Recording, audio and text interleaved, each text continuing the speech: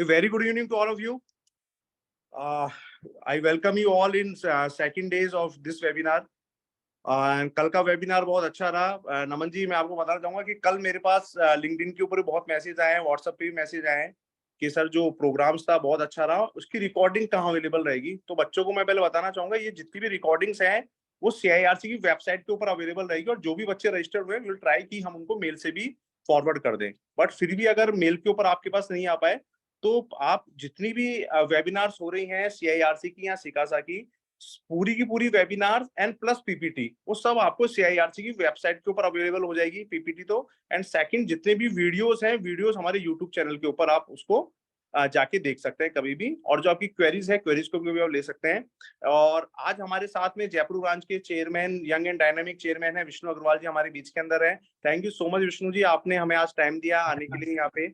और विष्णु जी का बहुत बिजी शेड्यूल था, सुबह से मैं ब्रांच में था, ये बड़ी मुश्किल से पकड़ के अंदर आए हैं। सुबह लग रहे हैं ये बहुत सारे प्रोग्राम्स हैं, ये लोग 75 डेज का प्रोग्राम सेलिब्रेशन कर रहे हैं। विष्णु जी, आई रिक्वेस्ट की जो स्टूडेंट्स हैं, स्टूडेंट्स थोड़ा सा डिमोटिवेट भी हो जाते हैं कई बार एग्जाम देते हुए, कई बार उन्हें डर भी लगता है। एक हल्का सा डर आजकल जो चल रहा है कि सर नया कोर्स आने वाला है, नया सिलेबस आने वाला है, इनको ये लग रहा है कि क्या पता केमिस्ट्री आ जाएगी या बायोलॉजी आ जाएगी या मैथ्स आ जाएगी, या सर वापस से एग्जाम देना पड़ेगा। तो डर है, एक डर ही नहीं बच्चे, और बिल्कुल कूल रहे, और ICI की जो वेबसाइट है वहां से ये लोग हेल्प लेते रहे। तो मैं आपसे रिक्वेस्ट करूंगा कि आप इन बच्चों को थोड़ा मोटिवेट भी करें सर, और आप ये भी बताएं कहीं कोई प्रॉब्लम हो तो पूरी ब्रांचेज हैं वो अवेलेबल हैं, हमारे स्पीकर्स अवेलेबल हैं, पूरी रीजनल काउंसिल अवेलेबल है। तो वो आपसे रिक्वेस्ट है, बच्चों को ऐसे मोटिवेट करें कि बच्चे जल्दी से CA बन जाए हमारे। Now it's on you Vishnu ji. Thank you so much, Anil sir. First of all, thank you so much to Team CIRC for inviting me for today's session as a chief guest. So the topic is जो अभी ITR का अपने topic की बात करी आपने, बहुत सारे बच्चे, बिकॉज ITR सीजन है अभी जून और जुलाई के अंदर हमारे सबके साथ में, तो जो भी बच्चे हैं उनके लिए बहुत क्रिटिकल टाइम है ये। ऑफिस में वो ITR के ऊपर, ITR फॉर्म में क्या क्या चेंजेस हुए, इनकम टैक्स में क्या क्या चीजें नहीं आने वाली हैं, उन पर फोकस कर सके और इफेक्टिवली काम कर सके अपने ऑफिस के अंदर। तो नमन जी के बारे में बात चल रही थी हमारी, बहुत सारे बच्चे जुड़े सेमिनार के अंदर, वेबिनार के अंदर, और वो बहुत फ्रूटफुल चीज लेके जाएंगे इस वेबिनार से। और जो अनिल मैंने बात करी कि नया कोर्स आने वाला है, तो उसके लिए मैं बताना चाहूंगा कि पूरा ICI, CIRC, सारे रीजन्स और ब्रांचेस इफेक्टिवली इस चीज को तैयार है बिल्कुल एकदम, कि जैसे कोर्स लॉन्च होगा बच्चों तक उस इन्फॉर्मेशन पहुंच जाएगी, और कैसे उनको तैयारी करनी है, कैसे आगे बढ़ना है, वो सब चीजें करके हम लोग बिल्कुल तैयार है। CIRC सिकासा chairman Anil Yadav ji, branch Jaipur branch हमेशा उस चीज के लिए रेडी है। जब हमारा नया कोर्स आया था तभी हमने बहुत सारे प्रोग्राम्स करे उसको लेके कि कैसे क्या उस कोर्स में होने वाला है, कि इसमें कोई फिजिक्स केमिस्ट्री नहीं आने वाली, वही अकाउंट्स कॉमर्स के जो सब्जेक्ट्स हैं वही इसमें आने वाले हैं। उनको आज के अकॉर्डिंग जो आने वाला समय है उसमें उनको क्या चीज होनी चाहिए, क्या चीज नहीं होनी चाहिए, उस अकॉर्डिंग वापस से कोर्स रिवैम्प किया गया है। और द थिंग इज कि हम सब लोग जैसा कि कहा जल्दी जल्दी CA बन जाएं और फटाफट से एग्जाम दें, पास करें, आर्टिकल कंप्लीट करें, फाइनल एग्जाम अपियर करें, और मेंबर बन के जैसे हम लोग सेवा करें इस प्रोफेशन के, आप लोग भी आगे आए और इस प्रोफेशन को अपना कुछ ना कुछ समय और कंट्रीब्यूशन दें। Thank you so much Anil sir और Naman ji. Thank you so much chairman sir. Friends, मैं वापस आपसे रिक्वेस्ट करना चाहूंगा, आपकी जो भी प्रॉब्लम हो, जो भी क्वेरी हो, वो आप प्लीज पूछें। कल भी हमारा अच्छा सेशन आता, आपको किसी फॉर्म से रिलेटेड, अच्छा ऐसा नहीं कि आज जो हम टॉपिक इनकम टैक्स का पढ़ेंगे उससे रिलेटेड कोई क्वेरी हो, कल जो हमने डिस्कस किया वहां भी अगर आपको कोई हल्का सा भी हिच हो तो प्लीज आप पूछिए ना। यहाँ ऐसा नहीं कि आप पूछेंगे तो किसी को बुरा लगेगा। आज जब आप CA बन जाएंगे ना, हमारी जो जर्नी है, हमें तो कोर्स ही ऐसा लिया है कि हमें लास्ट तक ही हमें पढ़ते ही रहना है, लास्ट तक हमें कुछ चीजें समझ में नहीं आनी है, लास्ट तक हमें पूछना ही है, लास्ट तक हमें लर्निंग करनी है। तो आप ये ना सोचें कि सर मैं पूछूंगा तो मैं तो फाइनल का स्टूडेंट हूँ, या सर मेरे तो जब DT एग्जाम था उसमें तो मेरी एग्जामिशन आई हुई है, मैं क्वेश्चन पूछूंगा तो बड़ी प्रॉब्लम होगी। आपकी जो भी प्रॉब्लम है आप यहाँ पूछें, और प्रैक्टिकल चीजें यहाँ सब चल रही है। नमन जी का बहुत अच्छा सेशन आता, और ITR फॉर्म से रिलेटेड भी आपको कहीं क्वेरी हो, आपको कैपिटल गेन्स के अंदर एक हमारे कई बार प्रॉब्लम्स आती हैं, NRI की इनकम से रिलेटेड कुछ हमारे पास प्रॉब्लम्स आती हैं, कैपिटल गेन के अंदर एग्रीकल्चर इनकम से रिलेटेड के इश्यूज हमारे पास आते हैं, और एक जो सेक्शन 56 to 8 के अंदर जो प्रॉब्लम्स आती है हमारे पास, ये जो 30% जिसके अंदर सेक्शन क्या बोलते हैं उसको, सेक्शन 115 BBE जहां एप्लीकेबल हो रहा है, वहां कैसे कुछ प्रॉब्लम्स हैं, तो उनको कैसे आप दूर कर सकते हैं, वहां कब सेक्शन लगेगा, कब नहीं लगेगा, और कुछ साइटेशन। अच्छा, ऐसा भी हो सकता है कि सपोज करें अभी नमन जी कुछ बताएं आपको और आपको लगे नहीं सर यहाँ कुछ हुआ है, तो आप ये माने हम अभी एक्ट के हिसाब से आपको बताएंगे, और कुछ सिटेशन आए होंगे, सुप्रीम कोर्ट के डिसीजन होंगे, कोई हाई कोर्ट के डिसीजन होंगे, तो जो हाई कोर्ट सुप्रीम कोर्ट के डिसीजन है वो फिर एक्ट के ऊपर उसकी इंटरप्रिटेशन के हिसाब से चले जाते हैं। तो इंटरप्रिटेशन एक्ट में किसी बुक में हो सकता है आपने कुछ और पढ़ी हो, और सुप्रीम कोर्ट अगर उसको रीडिफाइन करता है तो फिर उसकी डेफिनेशन वही रहती है। हाई कोर्ट अगर करता है तो जिस स्टेट के अंदर किया उस हाई कोर्ट के, तो वहां पे फिर वो जो आपका असेसी है उस असेसी के अंदर वो आपको हेल्पफुल रहेगा। ट्रिब्यूनल कहीं करता है तो उस एरिया के अंदर, तो ये सब चीजें आप पूछें कि सर सुप्रीम कोर्ट का ऑर्डर का एप्लीकेबल रहेगा, हाई कोर्ट का ऑर्डर का एप्लीकेबल रहेगा, ट्रिब्यूनल का ऑर्डर का एप्लीकेबल रहेगा, तो ये सब चीजें क्वेरिसिटी आप लेकर पूछे, क्योंकि अगर आपको टैक्स के अंदर प्रैक्टिस करनी है और आपको अपने क्लाइंट्स को बताना भी है, तो ये जब हम सब जब बता पाएंगे जब हम सब पूछेंगे हमारे स्पीकर से ना, तो आप बिल्कुल, और आप कभी ये ना समझिए सर मैं सवाल मुझे ऐसा तो नहीं कुछ फनी सा होगा सवाल या कोई हंसेगा, ऐसा कुछ नहीं है, क्योंकि आप कम से कम पूछ तो रहे हैं। तो आई अगेन रिक्वेस्ट, आपकी जो भी प्रॉब्लम्स है, जो भी आपकी क्वेरी है, वो नमन जी से पूछा। नमन जी बहुत अच्छे तरीके से समझाते हैं, बहुत अच्छे तरीके से एक्सप्लेन कर रहे हैं। नमन ji thank you so much, आप वापस से हमारे लिए अवेलेबल हैं। और मैं वापस बच्चों को बताऊं कि इसके अलावा भी अगर आपको लगता है कि सर इनकम टैक्स के अंदर एक अलग से टॉपिक के लिए एक अलग वेबिनार रखें, तो नमन जी मैं आपसे रिक्वेस्ट करूंगा कि एक ऐसा टॉपिक भी हो सकता है कि हम सेक्शन 68 के ऊपर वेबिनार रखना चाहें, या सेक्शन 69 के ऊपर वेबिनार रखना चाहें, 69 ABC जिसपे भी रखना चाहें, तो उस पर भी आप लोग एक ऐसा कोई टॉपिक दें जिसपे जो कुछ बच्चों को मेरे पास आएगी सर टॉपिक, एक एक टॉपिक के ऊपर भी आप वेबिनार रखें, या इनकम टैक्स से रिलेटेड हमें बच्चों को फाइनल का एग्जाम देना है, इंटर का DT का एग्जाम देना है, वो टॉपिक भी हम बच्चों से लेंगे फीडबैक के अंदर, तो उनके ऊपर भी हम एक सोच रहे हैं वेबिनार के। तो मैं ज्यादा टाइम नहीं लूंगा। नाउ आई रिक्वेस्ट नमन जी, अब आप आए और संभालें और बच्चों की जो भी क्वेरी है वो पूरी पूरी आप सॉर्ट आउट करें। Thank you so much Naman ji. Thank you. Thank you, Anil sir, for again inviting me today for the second day of the webinar, and thank you Vishnu ji for gracing us with your presence. आपने जैसे Anil sir ने कहा कि बहुत busy schedule चल रहा है अभी ब्रांच पे, बट फिर भी दोनों आए और दोनों ने अपना यहाँ पे टाइम दिया, वही बहुत बड़ी बात है। स्टूडेंट्स के लिए तो लास्ट कल भी बहुत अच्छा सेशन रहा था, जैसे सर ने कहा कि बहुत लोग पूछ रहे हैं कि वेबिनार कहाँ है, तो आई बिलीव वो क्वेरी तो सबकी सॉल्व हो गई है। अब आप वापस जाके भी रिकॉर्डिंग दे सकते हैं, बट मेरा रिक्वेस्ट ये रहेगा, जो सर ने भी कहा कि जब वेबिनार चल रहा है तभी क्वेरी पूछें। हो सकता है उसका एग्जैक्ट आंसर अभी शायद ना हो, बट अगर आप पूछ लेंगे तो क्या होता है, हमको लगता है हमारी क्वेरी इतनी इंपॉर्टेंट है या नहीं है, बट आप यकीन मानिए कि आपकी एक जन की क्वेरी से आगे 10 जन के वो सेम सवाल होंगे। हो सकता है उसने ना पूछा हो, पर आप पूछोगे तो उसको भी लगेगा यार किसी ने तो पूछ लिया मेरा सवाल, मेरे सवाल का आंसर मिल गया। कई बार ऐसा होता है, कई लोग क्या दबा के बैठ जाते हैं और कई लोग पूछ जाते हैं तो उससे 10 जनों का और भला हो जाता है। तो आप तो उस तरीके से पूछे कि यार 10 जनों का और भला हो जाएगा, मैं तो पूछ लेता हूँ, क्या फर्क पड़ता है किसी को। ठीक है, तो आज का कल का हमारा टॉपिक हमने बेसिक्स के ऊपर क्लियर किया था कि बेसिक्स क्या क्या है इनकम टैक्स के। आज हम चलते हैं हेड वाइज की हेड वाइज इनकम अगर हम देखते हैं तो उसके क्या क्या प्रोविजंस अप्लाई होते हैं, और उसके अंदर टैक्सेबिलिटी या फिर उसके अंदर हमको क्या क्या चीजें इंपॉर्टेंट है वो देखनी है। तो आज हम हेड वाइज इनकम के ऊपर देखेंगे, और एंड में हम चेक करेंगे कि सेक्शन 143(1) के अंदर जो हमारा इंटीमेशन आता है उसके अंदर टैक्सेबिलिटी हमको कैसे चेक करनी है, वो रीड कैसे करना है इंटीमेशन को। तो आज का हमारा टॉपिक ये है। Again I would like to thank जिन्होंने मेरी हेल्प की है बनाने में पीपीटी, जो आपके सामने प्रेजेंट हो रही है, Pulkit Agarwal, Mridul Khandelwal and Rishika Gupta for helping me in preparing the PPT. तो आज का जो हमारा मोटा मोटी चीजें रहेगी वो ये रहेगी कि हम हेडवाइज देखेंगे सैलरी के अंदर क्या क्या ध्यान रखना होता है, कैपिटल गेन के अंदर क्या ध्यान रखना होता है, बिजनेस इनकम के अंदर प्रिजम्पटिव टैक्सेशन में क्या ध्यान रख सकते हैं हम, ई वेरीफाई करना रिटर्न को कितना इंपॉर्टेंट है, उसकी भी एक बहुत ज्यादा इंपॉर्टेंस है जो हम आज समझेंगे, और 143(1) का इंटीमेशन आता है तो उसके अंदर हमको क्या क्या ध्यान रखना चाहिए वो हम आज देखेंगे। तो सबसे पहले हम बात कर लेते हैं important things to keep in mind for income under the head salary.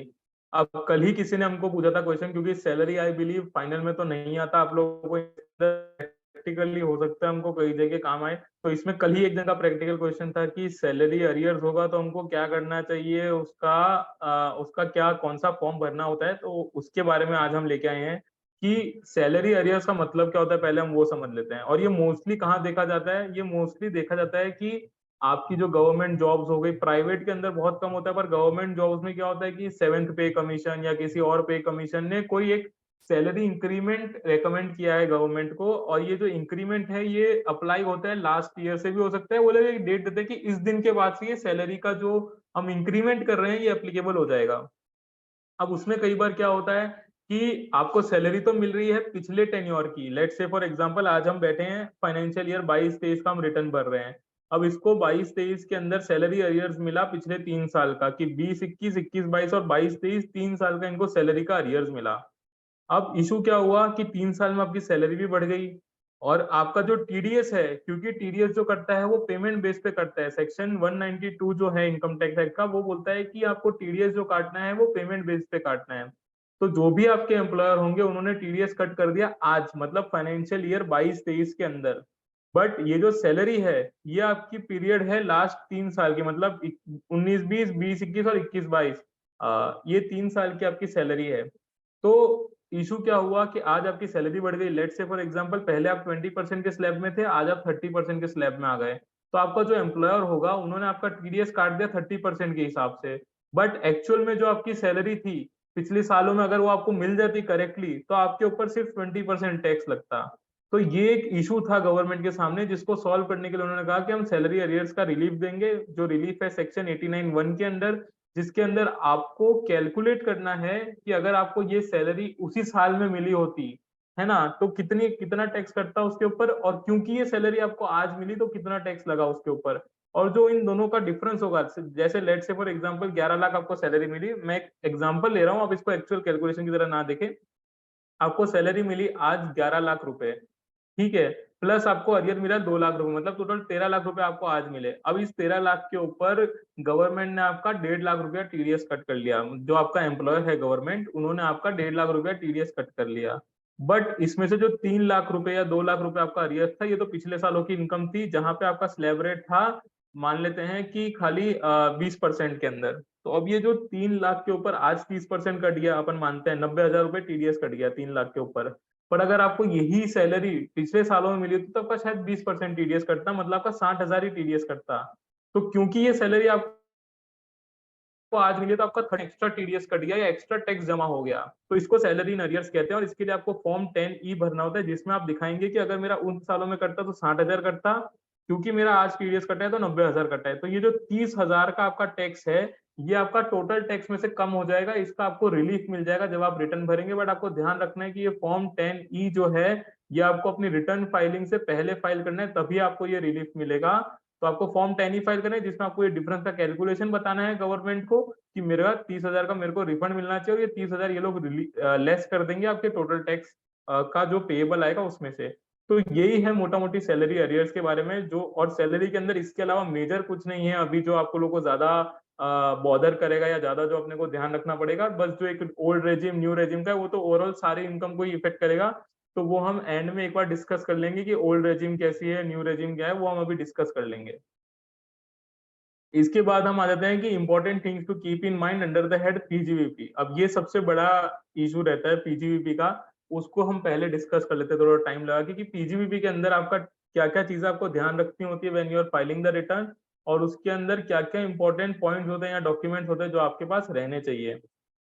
तो सबसे पहले हम समझ लेते हैं कि भाई प्रिजम्पटिव टैक्सेशन का एक्चुअल में ये प्रोविजन है क्या और ये काम कैसे करता है। पहले हम समझते हैं प्रिजम्पटिव टैक्सेशन।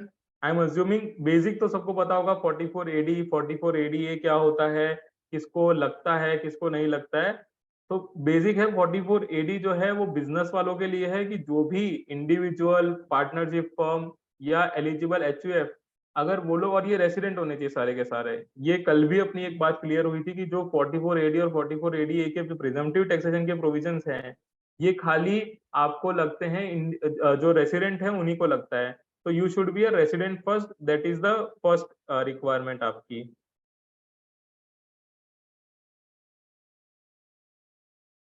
अब इसके अंदर हम देख लेते हैं कि जब आप बन गए कि आप यू आर द 44AD का अंदर मतलब क्या, तो 44AD is for business income, 44ADA is for professional income. अब प्रोफेशनल कौन से होते हैं, क्योंकि कई लोगों को ये भी लगता है कि यार प्रोफेशनल मतलब तो सब लोग ही प्रोफेशनल कर लेते हैं, कोई भी काम आप ले लो तो वो सारा प्रोफेशन ही होता है, पर वैसा नहीं होता। प्रोफेशनल के लिए उन्होंने डेफिनेशन दे रखी है 44AA के अंदर, जिसके अंदर ये कहा गया है कि ये 4-5 टाइप के प्रोफेशन है, जिसके अंदर लॉयर, चार्टर्ड अकाउंटेंट, उसके अलावा आपका इंजीनियर, उसके अलावा और फिल्म मेकिंग वाला काम आता है। तो ये सब चीजें प्रोफेशन के अंदर आती है। हर चीज प्रोफेशन नहीं है, हमको ये समझना पड़ेगा।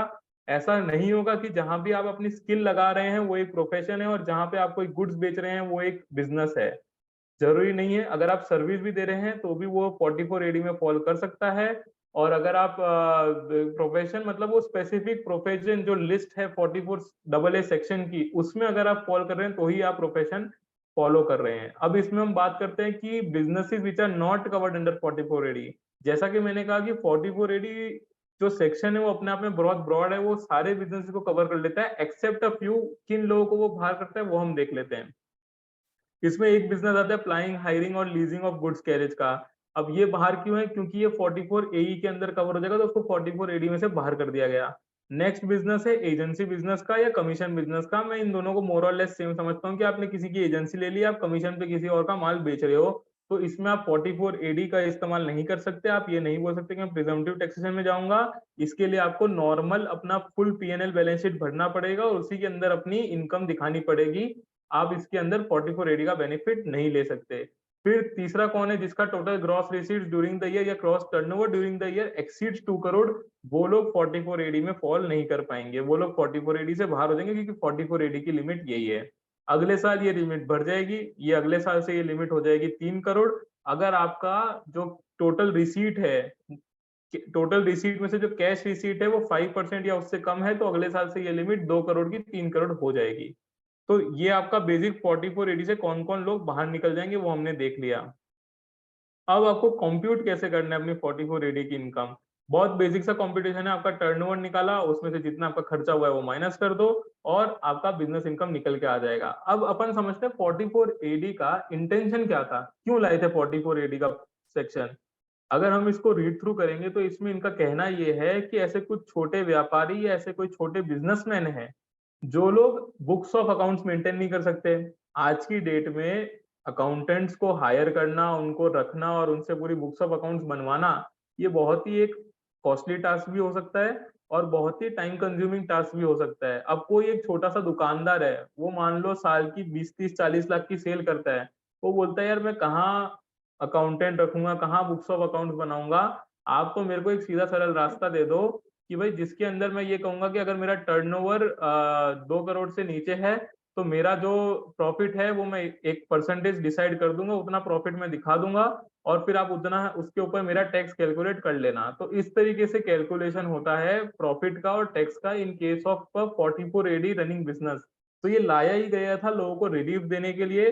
अब इसको अगर मैं कंपेयर करूं तो आप मान सकते हैं कि जैसे जीएसटी, कई लोग, कल भी हमने पोल देखा कि बहुत लोग डायरेक्ट टैक्स में काम नहीं करते, तो उन लोगों को मैं एग्जांपल देना चाहूंगा। जैसे कॉम्पोजिशन डीलर होता है आपके जीएसटी के अंदर, जहां पे वो कहता है कि आपको कोई भी बुक्स मेंटेन करने की जरूरत नहीं है, आप अपने टर्नओवर का सीधा आउटपुट पे टैक्स दे दीजिए, मतलब 1%, 2% या ऐसे कोई रेट है, उसके बेस पे आप टैक्स दे दीजिए। आपको कोई भी आईटीसी का लेजर या ऐसा कुछ मेंटेन करने का जरूरत नहीं। उसी तरीके से इनकम टैक्स में प्रिवेंटिव टैक्सेशन की स्कीम होती है, जिसमें आप सीधा अपने टर्नओवर का एक परसेंटेज प्रॉफिट बता दो कि मेरा ये इतना बुक प्रॉफिट हुआ है मेरे को, और उसको कंपेयर कर लेंगे हम 6% या 8% विचएवर इज एप्लीकेबल से, उसके बेस पे आपका टोटल जो प्रॉफिट आपका आना चाहिए वो हम निकालेंगे। अब इसके अंदर 6%, 1% ये सब क्या है? ठीक है, तो इनकम टैक्स का प्रोविजन ये कहता है कि अगर कोई बिजनेस है, वो जितना भी बिजनेस अपना ऑनलाइन पेमेंट रिसीव कर रहा है, मतलब जो उसने सेल किया उसका जो रिसीट है, वो अगर उसको ऑनलाइन आ रहा है या बैंकिंग चैनल के थ्रू आ रहा है या चेक्स के थ्रू आ रहा है, तो उस केस में उसको 6% भी अगर वो मिनिमम अपना प्रॉफिट दिखा देगा तो उसको बुक्स ऑफ अकाउंट्स मेंटेन करने की जरूरत नहीं है। पर अगर उसका बिजनेस कैश में है, अदर देन चेक से उसको पेमेंट आ रहा है, तो उसको मिनिमम 8% प्रॉफिट दिखाना पड़ेगा। अगेन इधर एक बहुत बड़ा कंफ्यूजन है लोगों को, जो लोग ये सोचते हैं कि हम तो टर्नओवर का सीधा 6% या 8% दिखाएंगे, हमारा काम हो जाएगा। वैसा नहीं करना चाहिए मेरे हिसाब से, क्योंकि लॉ ये क्लियरली कहता है यू नीड टू शो 6% और 8% और actual profit whichever is higher. तो आपका जो भी हायर होता है, अगर आपका एक्चुअल प्रॉफिट मान लेते हैं 15 लाख है और आप बोलते हो 6% या 8% के हिसाब से मेरा प्रॉफिट तो 6 लाख रुपए ही आ रहा है, तो उसमें आपको आगे चल के दिक्कत हो सकती है। कई लोग ये कह सकते हैं कि भाई आपने अगर 6 लाख की प्रॉफिट कमाया था तो बाकी का जो 9 लाख आपके बैंक खाते में पड़ा है पैसा, वो क्या है वो एक्सप्लेन करो। ठीक है, तो उसमें आपको कई जगह अनएक्सप्लेन्ड इनकम की भी दिक्कत आ सकती है कि आपने एक्सप्लेन नहीं किया कि ये इनकम कहाँ से हुई है आपको। इसलिए सजेशन यही रहेगा कि आप 6% या 8% पे ना जाएं, जो एक्चुअल प्रॉफिट है उसी को डिक्लेयर करें। और बुक्स ऑफ अकाउंट्स मेंटेन ना करे, ये आपको रिलीफ मिल जाएगी। ठीक है, तो इसके अंदर जो हमने ये बात कर ली कि 8% कब दिखाना है, 6% कब दिखाना है, आपको बुक्स ऑफ अकाउंट्स मेंटेन करने की जरूरत नहीं है। आपका जो टैक्स गिना जाएगा इंडिविजुअल या एचयूएफए केस में, वो आपके स्लैब रेट के ऊपर ही गिना जाएगा। और अगर आप 44AD में अपना प्रॉफिट दिखा रहे हैं तो आपको 44AB जो सेक्शन है उसके अंदर टैक्स ऑडिट कराने की जरूरत नहीं है। तो ये हमारा मोटा मोटी 44AD के ऊपर था। अब हम देखते हैं कि 44AD ऑप्ट आउट करने के क्या-क्या नुकसान हो सकते हैं, जो हमको पता है 5 साल की ऑडिट लग जाती है। अब वो 5 साल की ऑडिट लगती कैसे है? 5 साल की ऑडिट लगने का प्रोविजन ऐसा है 4484, जो ये बोलता है कि अगर एक पर्सन जिसने 44AD पहले ऑप्ट किया था और अब वो बोल रहा है कि भाई मैं तो 44AD नहीं लेने वाला, मेरे को 44AD के अंडर 6% या 8% मिनिमम नहीं दिखाना, क्योंकि मेरा प्रॉफिट तो उससे भी कम है, मेरा प्रॉफिट तो 4% या 3% जा चुका है। तो गवर्नमेंट उनको ये कहती है कि अगर आप ऐसा कह रहे हैं, देन आपको अगले 5 साल तक भी आप 44AD का बेनिफिट नहीं ले पाओगे और आपको अगले 5 साल तक भी अपना टैक्स ऑडिट करवाना पड़ेगा। उसके बिना आपका ये काम नहीं चलेगा। आपको टैक्स ऑडिट करके अपना टैक्स ऑडिट रिपोर्ट और इनकम टैक्स रिटर्न सबमिट करना पड़ेगा फॉर द नेक्स्ट 5 ईयर्स। तो जिस साल में भी आप कहते हैं कि मेरा 44AD के लिए मैं ऑप्ट आउट कर रहा हूँ, उससे लेके 5 साल तक आपको ये प्रोविजन फॉलो करना पड़ेगा। तो ये है 44AD का जो टैक्स ऑडिट का प्रोविजन है, वो ये है। ठीक है, अब हम देख लेते हैं 44ADA, जो मैंने कहा कि एक लिस्ट दी गई है प्रोफेशनल्स की, उन्हीं को खाली 44ADA लगता है। तो वो ये लिस्ट है: legal, technical consultancy, medical, accountancy, engineering, architecture, interior decoration और any other profession as may be notified. अब इस एनी अदर प्रोफेशन में अभी तक जो नोटिफाई किया गया है वो है फिल्म मेकिंग का प्रोफेशन। अगर आप फिल्म मेकिंग के प्रोफेशन में हैं तो आपको 44ADA लग सकता है। उसके अलावा अभी और कोई प्रोफेशन उन्होंने बताया नहीं है जिसके ऊपर 44ADA लगेगा। तो अगर इसके अलावा अगर आप कोई सर्विस दे रहे हैं तो आपको 44AD नहीं लगेगा। आप 44AD नॉर्मल 44AD वाले प्रोविजन में भी अपनी सर्विस का टैक्स कैलकुलेट करके दे सकते हैं। अब benefits can be claimed only by individual, HUF और पार्टनरशिप फर्म। इसमें एलएलपी नहीं आएगा। कल भी हमने यही डिस्कस किया कि जो ये प्रिजम्पटिव टैक्सेशन के प्रोविजंस हैं, इसके अंदर एलएलपी को ये चीज नहीं लगती। और अगर आप लोगों का जो टर्नओवर है वो एक्सीड कर जाता है from the turnover which is prescribed under the act, मतलब अगर बिजनेस है तो 2 करोड़ से ऊपर टर्नओवर हो गया, या फिर अगर प्रोफेशन है तो 50 लाख से ऊपर अगर टर्नओवर हो गया, तो आप 44AD और 44ADA को ऑप्ट नहीं कर पाएंगे।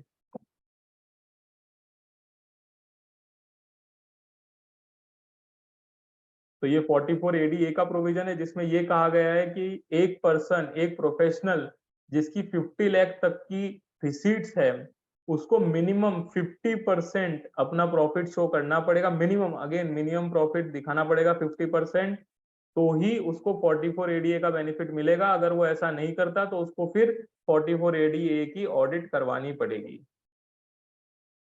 अब ये एक आपके लिए क्वेरी है जो कल भी हमने किया था पोल। मैं रिक्वेस्ट करूंगा लोगों से, बच्चों से, कि भाई वो इस क्यूआर कोड को स्कैन करें और इसका आंसर दें कि आपके हिसाब से इस क्वेरी का आंसर क्या होना चाहिए। क्वेरी है, मैं रीड कर देता हूं एक बार। An individual doing business and having a turnover of ₹80 lakhs, first year of business है। ये थोड़ा शॉर्ट में क्वेरी लिखा है ताकि स्पेस थोड़ी अच्छे से यूटिलाइज हो जाए। तो एक पर्सन का फर्स्ट ईयर का बिजनेस है, उसका 80 लाख का टर्नओवर हुआ है उस बिजनेस से और 4 लाख उसका प्रॉफिट है। क्या उसको सेक्शन 44AB के अंदर ऑडिट करानी पड़ेगी या नहीं करानी पड़ेगी? क्या ये माना जाएगा कि उन्होंने ऑप्ट आउट कर दिया है इसके अंदर से, या फिर ये माना जाएगा कि नहीं, वो 44AD के लिए कभी एलिजिबल ही नहीं थे, तो वो नॉर्मल अपना ITR 3 भर सकते हैं, नॉर्मल P&L बैलेंस शीट सब दिखा के अपना ITR 3 भर सकते हैं। तो वो आप यहाँ पे स्कैन करके अपना आंसर दें। और अगर कुछ लोग चैट में देना चाहेंगे तो मैं चैट भी एक बार देख लेता हूँ। आप बाकी कोशिश कीजिए कि सब लोग यहाँ पोल में ही आंसर दें।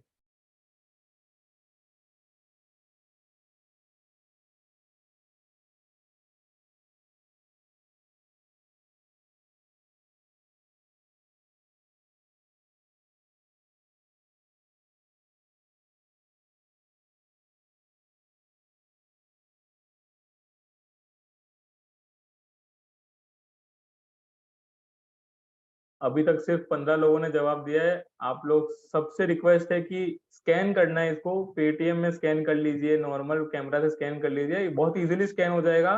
और आप जाके उधर यस नो खाली आपको सिलेक्ट करना है कि आपके हिसाब से इनको टैक्स ऑडिट करवाने की जरूरत है या नहीं है। अभी हमने टैक्स ऑडिट के प्रोविजंस डिस्कस किए हैं।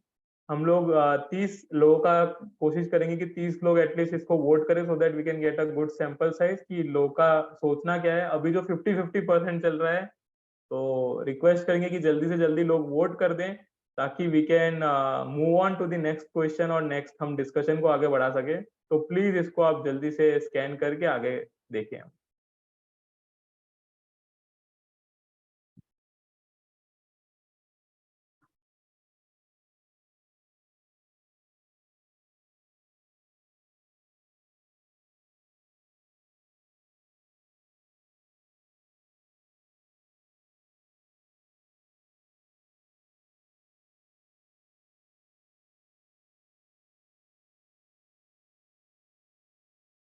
दो चार लोग और इसको थोड़ा आंसर दे दे। 22 हो गए, चलो बढ़िया। 23 हो गया।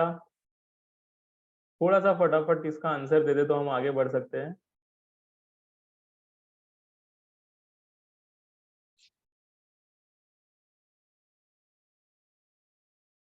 अभी भी नो की तरफ ज्यादा लोग हैं, बट इट्स मोर और लेस इक्वल। नो और यस का दोनों का पलड़ा भारी है। नो का मतलब ये है कि ऑडिट एप्लीकेबल नहीं होगा, और यस का मतलब है कि ऑडिट एप्लीकेबल होगा।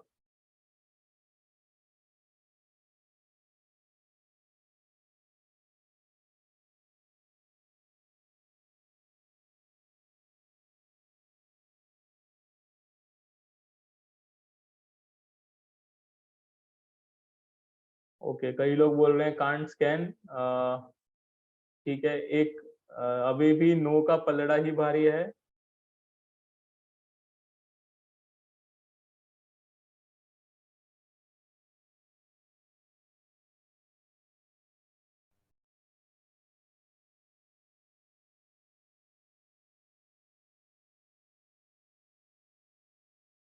चलिए, तो हम इसका आंसर जो अभी आपके पोल से निकल के आया है उसका मतलब तो ये है, कई लोग ये मानते हैं, 58% लोग, मतलब मेजोरिटी लोग ये मानते हैं कि हमको ऑडिट कराने की जरूरत नहीं है। बट कुछ लोग ये भी सोच रहे हैं कि नहीं यार, टैक्स ऑडिट तो एप्लीकेबल होगा। और कई लोगों का मैंने चैट में भी देखा तो कि उन्होंने कहा है कि ऑडिट इज एप्लीकेबल, क्योंकि यहाँ पे उसका प्रॉफिट 8% से कम हो गया है, तो ऑडिट करनी चाहिए, ऐसा लोग बोल रहे हैं। अगर मैं प्रोविजन देखूं तो प्रोविजन क्या कहता है 44 एडी वाला, कई लोगों ने यही कहा है कि 44 एडी में क्योंकि इसका प्रॉफिट 8% से कम है, इसलिए आपको इसके अंदर टैक्स ऑडिट करवाना पड़ेगा। अब इसके अंदर अगर हम समझे कि 44 एडी का जो प्रोविजन है वो कब लगता है, तो हम समझ पाएंगे कि भाई ये 44 एडी की ऑडिट 5 साल वाली करनी भी चाहिए या नहीं करनी चाहिए। तो 44 एडी का प्रोविजन ये कहता है कि अगर एक पर्सन जिसने 44 एडी ऑप्ट इन किया था, वो अगर अगले 5 साल तक 44 एडी के अंदर अपना प्रॉफिट नहीं दिखाता, तो उसको अगले 5 साल के लिए 44 एबी सेक्शन के अंदर ऑडिट, टैक्स ऑडिट करवानी पड़ेगी। अब अगर हम ये क्वेश्चन देखें तो इधर लिखा है फर्स्ट ईयर ऑफ बिजनेस है, इसका मतलब कि मैंने कभी 44 एडी ऑप्ट इन ही नहीं किया। तो जब मैंने 44 एडी कभी ऑप्ट इन ही नहीं किया, तो जो मेरा 44 एडी का सेक्शन कहता है कि आप ऑप्ट आउट करोगे तो आपको 5 साल तक ऑडिट कराना है, तो उसका तो कहीं पे सवाल ही नहीं उठ रहा, क्योंकि अगर मैंने ऑप्ट इन नहीं किया तो मेरा ऑप्ट आउट का कहीं से क्वेश्चन ही क्यों उठेगा। तो मेरा इसमें मानना ये है कि क्योंकि जो टैक्स ऑडिट है वो सिर्फ ऑप्ट आउट होने पे निकलता है, तो क्योंकि हमने कभी ऑप्ट इन ही नहीं किया तो हमारा ऑप्ट आउट भी लागू नहीं होगा और हमारे ऊपर टैक्स ऑडिट नहीं लगेगा। तो जितने भी लोगों ने नो कहा था, मैं उनका बात समझता हूँ, बट हो सकता है जिसने यस भी कहा हो उनके पास कोई प्रैक्टिकल ऐसा उन्होंने देखा हो कि लोग ऑडिट कर रहे हैं फिर भी, क्योंकि 8% से प्रॉफिट या 6% से प्रॉफिट कम हो गया। बट जैसा सर ने कहा कि आज हम अभी प्रोविजंस क्या है वो समझ रहे हैं, प्रैक्टिकली हो सकता है कुछ और हो रहा हो, बट लीगली अगर मैं बात करूं तो आपको मेरे हिसाब से इस सिनेरियो के अंदर टैक्स ऑडिट कराने की जरूरत नहीं है। सिमिलरली अगर मैं 44 एडी ए की बात करूं, तो अगर उसके केस में मैं बोलता हूं कि मेरा 50 लाख का टर्नओवर है और मेरा प्रॉफिट मान लेता हूं कि 20 लाख रुपए ही है, मेरा प्रॉफिट अगर 20 लाख रुपए है, तो उस केस में क्या मेरे को टैक्स ऑडिट करवाना है? और अगर टैक्स ऑडिट करवाना है तो क्या उसका जो टैक्स ऑडिट है वो 5 साल तक होगा? इसका जवाब आप चैट में दे दें मेरे को 44 AD ए के रिगार्ड में।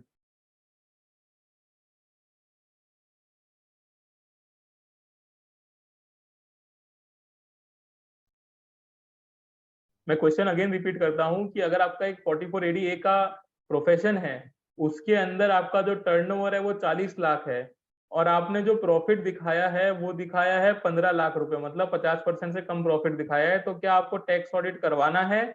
और अगर टैक्स ऑडिट करवाना है तो क्या उसको आपको 5 साल तक टैक्स ऑडिट करवाना पड़ेगा या 1 साल ही टैक्स ऑडिट करवाना पड़ेगा? ये मेरा क्वेश्चन है।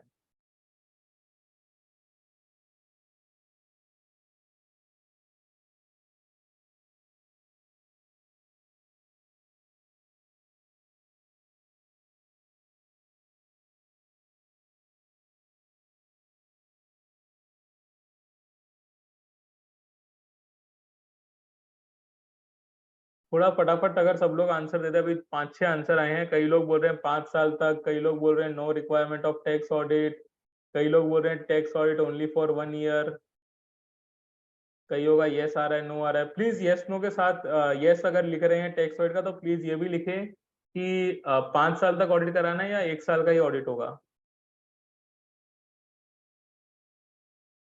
ओनली फॉर 1 ईयर, ठीक है। और किसी का कोई व्यू? अप टू 5 ईयर्स, ठीक है।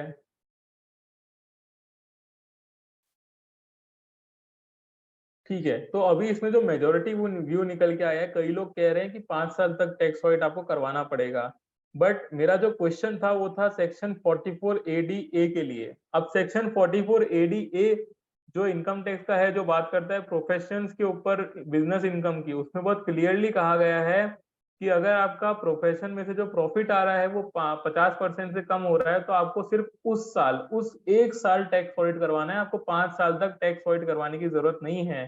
तो अगर आप कहीं पे 5 साल तक वो टैक्स ऑडिट किए जा रहे हैं तो एक बार फिर से वो प्रोविजन देखें और डिसाइड करें कि क्या हमको 5 साल तक ये टैक्स ऑडिट करानी चाहिए या नहीं करानी चाहिए। 44 AD ए में और 44 AD में ये बहुत बड़ा डिफरेंस है कि आपको 5 साल की ऑडिट कब करानी है और कब नहीं करानी और किस केस में करानी है।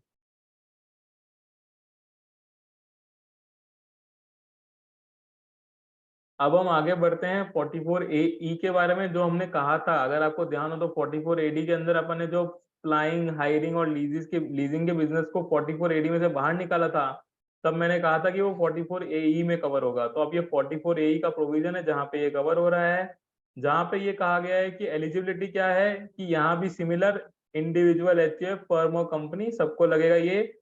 can be adopted by any person who is engaged in the business of flying, hiring or leasing of goods carriage and who does not own more than 10 vehicles at any time during the year। तो अगर आप 10 vehicle से ज्यादा own करते हैं, मतलब जो ये बड़ी बड़ी ट्रांसपोर्ट की कंपनी होती है उनके ऊपर 44 AE नहीं लग सकता। जो छोटे मोटे ट्रांसपोर्ट के काम चलाते हैं इंडिविजुअल्स, उनके ऊपर ये 44 AE लग सकता है।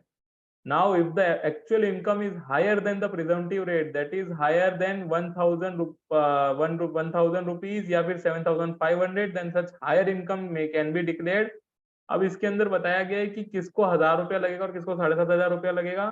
कि अगर आपका हैवी गुड्स व्हीकल है तो 7,500 रुपये लगेगा, और अगर हैवी नहीं है, मतलब अदर देन हैवी है तो 7,500, और अगर हैवी है तो फिर आपको 1,000 रुपए।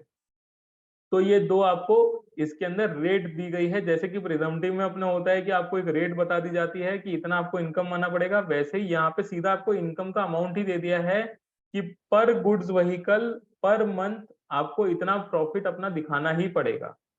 ठीक है, तो ये हो गया कि अब हमने समझ लिया कि भाई कि कैसे क्या होता है। अब हम समझते हैं कि एग्जांपल ले लेते हैं इसका। Now mister Kush is engaged in the business of flying, hiring of goods carriage through out the year 23 choice. He own 9 goods vehicle, मतलब ये एलिजिबल है क्योंकि 10 गुड्स व्हीकल से ज्यादा होंगे तो आप 44 AE के लिए एलिजिबल नहीं होंगे। क्योंकि आप 44 AE के लिए एलिजिबल हो गए तो अब आपको गिनना है कि उसका टैक्सेबल इनकम कितना है। अब उसका टैक्सेबल इनकम कैसे गिना जाएगा? 7,500 जो हमने देखा पर व्हीकल पर मंथ आपको लेना है, तो 7,500 9 व्हीकल के साथ मल्टीप्लाई करना है तो आपका 67,500 पर मंथ का इसका इनकम आ गया, और उसको इंटू 12 करना है तो 8,10,000 उसका इनकम माना जाएगा सालाना के लिए। तो इस तरीके से आपको 44 AE के अंदर कैलकुलेशन करना है अपने फ्लाइंग हायरिंग के बिजनेस का। ठीक है। अब इसके अंदर मान लेते हैं कि अगर हैवी गुड व्हीकल होते तो फिर कैसा करते कि भाई जितना अमाउंट, जितना उसका वेट था उसको आपको मल्टीप्लाई करना है उसके पर मंथ के वेट से, और उसको पर मंथ के हिसाब से 12 महीने के लिए आपको गिनना है, और उसके बाद आपकी जो इनकम आती है उसको, वो आपकी, जैसे इसमें 7,80,000 आ गई तो ये आपकी 7,80,000 इस हैवी गुड्स व्हीकल से आपकी इनकम हो गई। अब इसके अंदर हम देखते हैं कि important points to remember while dealing with PGBP return other than presumptive income, तो हमको क्या क्या ध्यान रखना है। अब इसमें क्या किया है गवर्नमेंट ने कि जो आपका बिजनेस होता है, ठीक है, उसके अंदर ये कह दिया है गवर्नमेंट ने कि अगर आपका 1 करोड़ से ऊपर टर्नओवर चला जाता है, जो अब मैं टीडीएस पे आ रहा हूँ, तो जिन लोगों का भी जो टर्नओवर है वो 1 करोड़ से ऊपर है तो उन लोगों को टीडीएस डिडक्ट करना है। आप चेक कीजिएगा सेक्शन 194 ए, सेक्शन 194 सी, सेक्शन 194 एच या सेक्शन 194 आई, उन सब में ये कहा गया है कि अगर कोई इंडिविजुअल या एचयूएफ है जिसका टर्नओवर 1 करोड़ से एक्सीड कर जाता है, उनको अपने एक्सपेंसेस पे सेक्शन 194 सी, सेक्शन 194 ए, सेक्शन 194 एच और सेक्शन 194 आई के अंदर टीडीएस कट करना पड़ेगा। अब इसमें हो सकता है कि आपका टर्नओवर 1 करोड़ से 2 करोड़ के बीच में हो, तो हो सकता है आप बोलेंगे यार मैं तो books of accounts he maintain नहीं कर रहा, मैं टीडीएस कैसे कट करूं किसी का, ठीक है, या फिर मैं ना कट करूं तो क्या हो जाएगा, क्योंकि मैं तो वैसे ही बुक्स ऑफ अकाउंट्स बोल दूंगा मेंटेन नहीं कर रहा, मेरे पास बिल्स नहीं है। तो अभी तो फिलहाल इसके कोई रिपरकशंस या इसके कोई नोटिस आए नहीं है, बट आगे चल के ये हो सकता है कि आपके जो एक्सपेंसेस और जीएसटी में पकड़े जाए और फिर उसके अंदर आपको पूछा जाए कि आपने इसके ऊपर टीडीएस क्यों नहीं काटा, और अगर आप बोल दो कि भाई मैं तो कुछ टीडीएस नहीं काटा, तो हो सकता है वो 40A(i)(a) के अंदर आपका डिसअलाउंस ना करे। सेक्शन 40 क्लॉज A(i)(a) इसके अंदर हो सकता है आपका डिसअलाउंस ना करे एक्सपेंस का, बट वो आपको पेनल्टी जरूर लगा सकता है, मतलब कि जितना आपका टीडीएस का अमाउंट था उतने अमाउंट की आपको पेनल्टी लग सकती है। इसलिए आप ध्यान रखिए कि आपके कोई भी क्लाइंट्स हो जिनका 1 करोड़ से ऊपर टर्नओवर हो गया हो, उनको सलाह दें कि आप टीडीएस कट करना स्टार्ट करें, क्योंकि अगर वो टीडीएस नहीं कट करेंगे और आगे चल के कहीं पकड़े गए तो हो सकता है उनको पेनल्टी भी लग जाए। नेक्स्ट हमको जो इंपॉर्टेंट ध्यान रखना है वो है कि turnover in the financials should match with the GST turnover. अब ये कैसा हो गया, कल हमने एआईएस टीआईएस की बात की थी जिसके अंदर आपको जीएसटी टर्नओवर दिखेगा हर पर्सन का जो बिजनेस कर रहा है। अब इसके अंदर क्या हो सकता है कि आपका जो टर्नओवर एज पर बुक्स हो और जो जीएसटी टर्नओवर हो उसको आपको मैच करवाना है, मतलब उसको रिकंसाइल करवाना है। हो सकता है जीएसटी के अंदर जो लोग जीएसटी प्रैक्टिस करते हैं उनको पता है कि जीएसटी का टर्नओवर मतलब खाली बिजनेस का सेल या वो सब नहीं होता। जीएसटी टर्नओवर इंक्लूड्स, अगर आप फिक्स्ड एसेट बेचते हैं तो वो भी जीएसटी का टर्नओवर है। अगर आप कोई और चीज बेचते हैं जो बिजनेस में आपका टर्नओवर नहीं है बट जीएसटी के लिए वो टर्नओवर, मतलब आप मान लेते हैं कोई कमर्शियल प्रॉपर्टी रेंट पे दे रहे हैं तो वो जीएसटी के लिए टर्नओवर माना जाएगा, 3B में वो एज अ टर्नओवर जाएगा, बट हो सकता है कि वो आपके लिए हाउस प्रॉपर्टी की इनकम हो।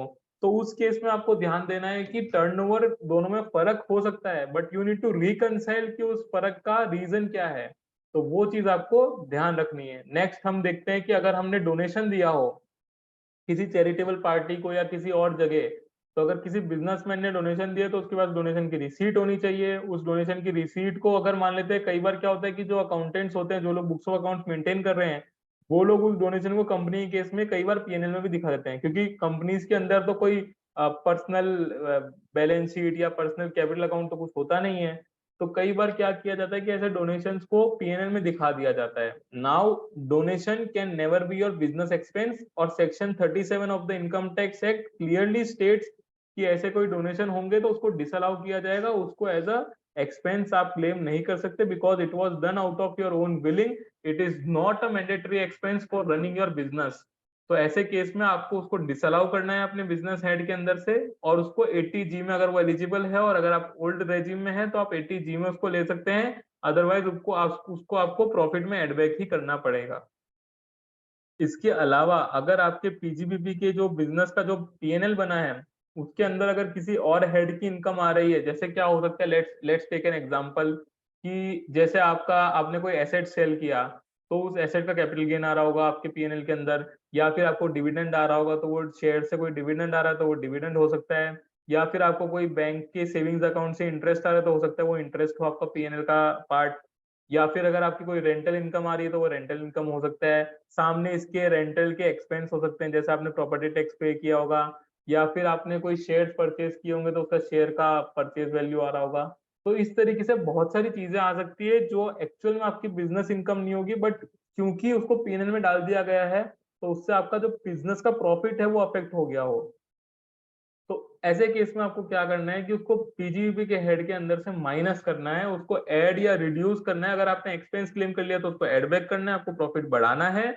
और अगर आपने उसको एज एन इनकम दिखा दिया है तो आपको उसका प्रॉफिट कम करना है। अब ये जब आप कर रहे होंगे, इंपॉर्टेंट चीज जो हमको ध्यान रखनी है जब हम ये ऐड या लेस कर रहे होंगे, कि सामने सबने जिन्होंने रिटर्न, बेसिक रिटर्न भी भरा होगा, उनको पता होगा कि ड्रॉप डाउन आपको चूज करना होता है कि आप इसको लेस कर रहे हैं या ऐड कर रहे हैं, डिसअलाउ करवा रहे हैं या अलाउ करा रहे हैं एज एन एक्सपेंस, प्लस आप कौन से हेड में इसको अलाउ या डिसअलाउ करवा रहे हैं। मतलब कोई अदर हेड की इनकम है जो इधर आ गई है तो उसके हिसाब से आपको ड्रॉप डाउन सिलेक्ट करना है, या फिर कोई अदर हेड का एक्सपेंस है जो इधर आ गया तो उसके हिसाब से आपको ड्रॉप डाउन सिलेक्ट करना है। तो जब भी आप ऐसा कुछ ऐड या लेस करें पीजीबी के अंदर से, तो ड्रॉप डाउन बहुत अच्छे से सिलेक्ट करें, गलती ना करें ड्रॉप डाउन सिलेक्ट करने में, क्योंकि उस ड्रॉप डाउन की गलती से आपको इंटीमेशन आ सकता है आगे चल के। तो ये चीज जरूर ध्यान रखिए कि अदर हेड की इनकम या एक्सपेंस को अगर आप एडलेस कर रहे हैं तो उसके लिए ड्रॉप डाउन सही से सिलेक्ट करें। अब हम देख लेते हैं कौन से अलाउंस डिसअलाउंस होते हैं जो आपके बिजनेस के हेड में से एडलेस होते हैं। पहले हम बात करते हैं डेप्रिसिएशन। सबसे बेसिक और सबसे इंपॉर्टेंट होता है डेप्रिसिएशन किसी बिजनेस के लिए। तो अगर आपके बिजनेस में एसेट्स हैं जो डेप्रिशिएबल हैं, मतलब लैंड के अलावा जो भी एसेट्स होते हैं वो मोस्टली डेप्रिशिएबल हैं, इसमें से हमको रॉयल्टी को हटा देना है, क्योंकि लास्ट बजट में एक अमेंडमेंट आया था जिसमें ये कहा गया था कि रॉयल्टी के ऊपर डेप्रिसिएशन नहीं मिलेगा। तो आपको रॉयल्टी को हटा देना है। उसके अलावा आपके जो भी बिजनेस एसेट होंगे उसके ऊपर आपको डेप्रिसिएशन क्लेम करना है। अब इसमें कई लोग ये भी बोल सकते हैं, कई कई बिजनेसमैन ये बोलते हैं कि यार मेरे को तो डेप्रिसिएशन नहीं लेना, क्योंकि जैसे ही मैं डेप्रिसिएशन लूंगा मेरा वो एसेट जो है वो शॉर्ट टर्म कैपिटल एसेट मान लिया जाएगा, और फिर जब मैं अगर फ्यूचर में कभी उस एसेट को बेचता हूँ तो मेरे को उसके ऊपर स्लैब रेट के ऊपर टैक्स देना पड़ेगा अंडर कैपिटल गेन। तो कई लोग ये बोलते हैं कि मेरे को डेप्रिसिएशन नहीं क्लेम करना, मैं उतना नुकसान लेने को रेडी हूँ, बट मैं इस पूरे को कॉस्ट मानते हुए फ्यूचर में इसके ऊपर लॉन्ग टर्म कैपिटल गेन देना चाहता हूँ। तो क्या डेप्रिसिएशन क्लेम करना ये ऑप्शनल है या मैंडेटरी है, ये आप बताएंगे। आप चैट में लिख सकते हैं yes no yes no. Yes मतलब ऑप्शन मैंडेटरी है डेप्रिसिएशन क्लेम करना, और नो मतलब कि आपका मैंडेटरी नहीं है डेप्रिसिएशन क्लेम करना।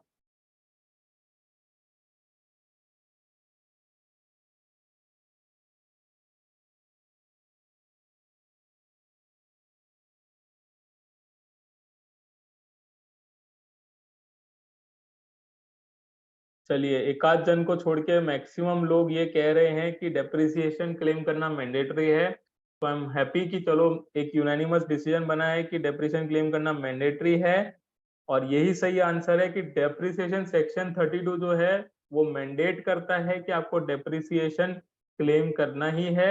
उसके अंदर कोई ऑप्शन नहीं है। अगर आप उसको इनकम टैक्स रिटर्न में लेना चाहें नहीं चाहें that's your wish, but income tax says कि अगर आपका कोई डेप्रिशिएबल एसेट बिजनेस में यूज हो रहा है तो उसके ऊपर हम मान लेंगे कि आपने डेप्रिसिएशन डाला है और आपने क्लेम किया है, और हम उसके हिसाब से ही उसकी डब्ल्यूडीवी गिनेंगे। So this is an important point कि अगर आपको कोई डेप्रिशिएबल एसेट है तो उसके ऊपर डेप्रिसिएशन क्लेम करना मैंडेटरी है। प्लस इसके अंदर जो एडिशनल डेप्रिसिएशन मिलता है 20% if you use the business for manufacturing या ऐसे कोई प्रोसेसिंग के बिजनेस में, तो आपको 20% एडिशनल डेप्रिसिएशन मिलता है ना।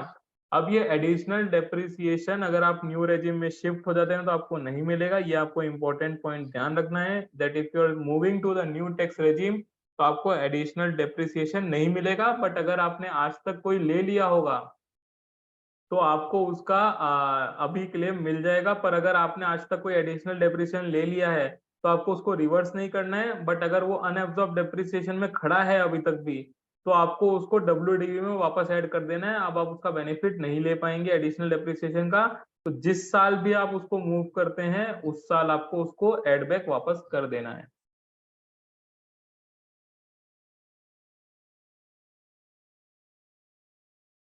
ठीक है, तो ये तो हमारी हो गई डेप्रिसिएशन की बात। अब हम आगे चलते हैं 43B।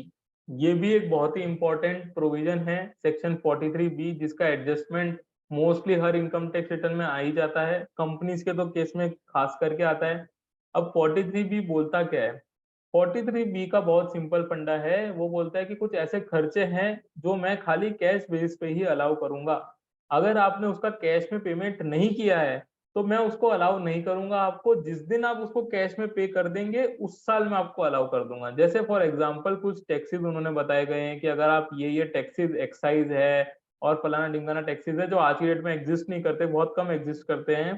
तो अगर वैसे कोई टैक्सेस है तो आप अगर आपको कैश में पे करेंगे तो ही आपको अलाउ करेंगे। फिर एम्प्लॉयर्स वेलफेयर फंड मतलब लीव एनकैशमेंट या फिर ग्रेच्युटी या फिर प्रोविडेंट फंड, अगर उनमें आपका कोई कंट्रीब्यूशन हो रहा है तो वो भी मैं तभी अलाउ करूंगा अगर आप एक्चुअल में उसका पेमेंट करते हैं तो।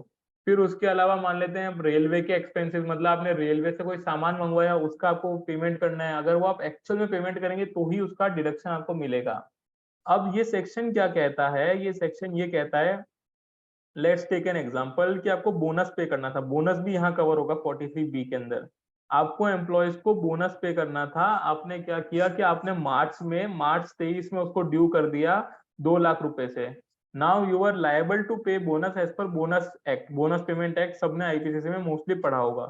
तो बोनस पेमेंट एक्ट के हिसाब से आपको 2 लाख रुपए का बोनस अपने एम्प्लॉयज को देना था। आपने मार्च में उसको ड्यू कर दिया, बट आपने डिसाइड किया कि मैं तो दिवाली पे देता हूँ सबको बोनस, तो मैं तो ये बोनस जो है वो दिवाली पे ही दूंगा।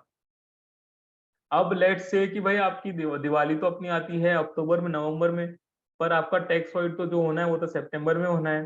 तो अगर आप किसी तरीके से टैक्स ऑडिट की ड्यू डेट के पहले, या फिर मैं बोलता हूँ कि अगर आपकी रिटर्न की ड्यू डेट अक्टूबर है और आपने उस 31 अक्टूबर के पहले भी अगर बोनस पे कर दिया तो एज पर सेक्शन 43B आपको वो बोनस का पेमेंट अलाउ हो जाएगा उसी साल में। 22-23 फाइनेंशियल ईयर की रिटर्न में ही अलाउ हो जाएगा, क्योंकि आपने रिटर्न फाइलिंग से पहले उसका पेमेंट कर दिया। बट इसमें प्रैक्टिकल इशू क्या आता है, एक मैं समझा देता हूँ। लेट्स अज्यूम आपने सितंबर में जब टैक्स ऑडिट फाइल करवाई, फाइनल करवाई अपने क्लाइंट की टैक्स ऑडिट, उस टाइम तक बोनस पेमेंट नहीं किया था, तो आपने अपने टैक्स ऑडिट में तो उसको अलाउ नहीं किया होगा।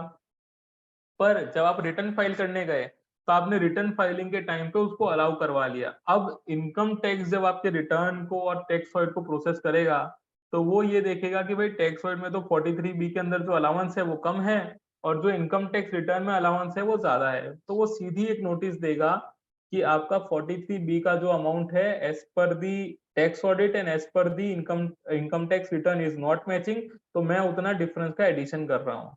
तो इसलिए प्रैक्टिकली आपको ये बात जरूर ध्यान रखनी है कि अगर आपको कोई 43B में अलाउंस करवाना है तो उसको टैक्स ऑडिट में अलाउ करवाइए, और अगर आप टैक्स ऑडिट में अलाउ नहीं करवा रहे तो उसको आपको 43B में भी अलाउ नहीं करना है, तभी आपका इनकम टैक्स से कोई नोटिस नहीं आएगा। वरना हम आगे 143(1) की बात करेंगे, वहां पे ऐसे नोटिस आते रहेंगे और फिर आप उसका जवाब देते रहेंगे।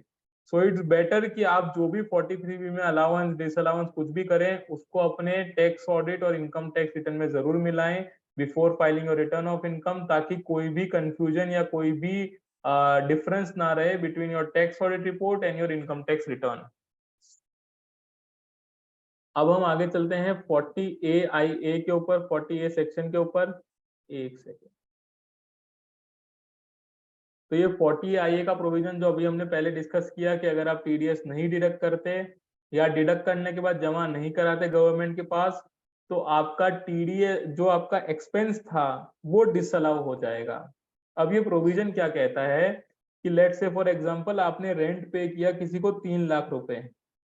अब क्योंकि 2,40,000 से ऊपर का सालाना रेंट आपका चला गया तो आपको 194I के अंदर इसका टीडीएस कट करना था 10%। अब आपने ये टीडीएस कट नहीं किया, आपने पूरा का पूरा 3 लाख का रेंट उसको पे कर दिया।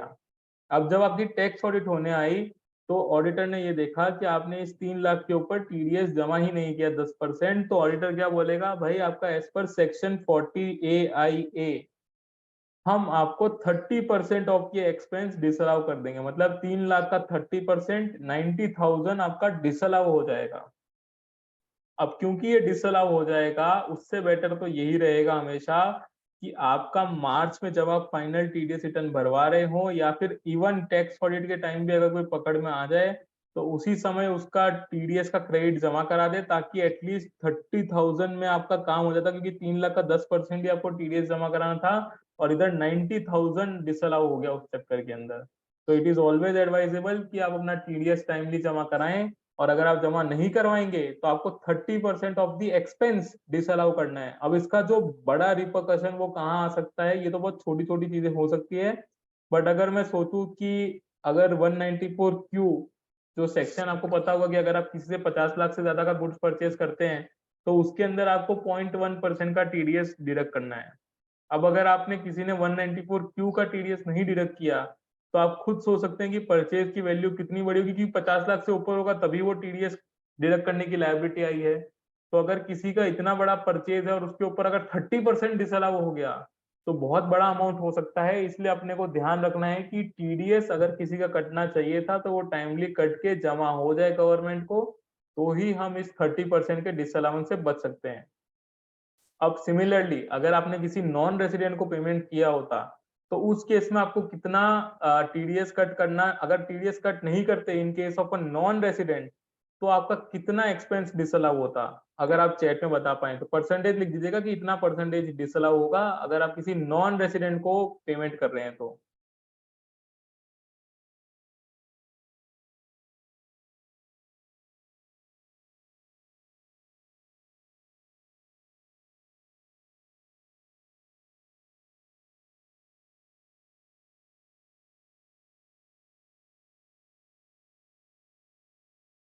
चलिए, कई लोगों ने आंसर दिया है, बहुत लोग बोल रहे हैं 100%। सो 100% इज द करेक्ट आंसर।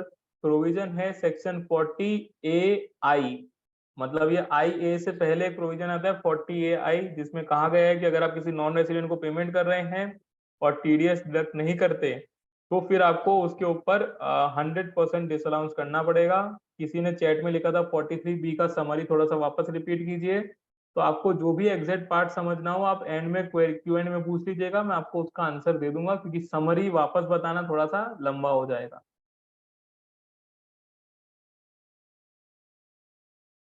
अब हम चलते हैं 40A3 का प्रोविजन। अब ये भी एक बहुत इंपॉर्टेंट प्रोविजन है 40A3।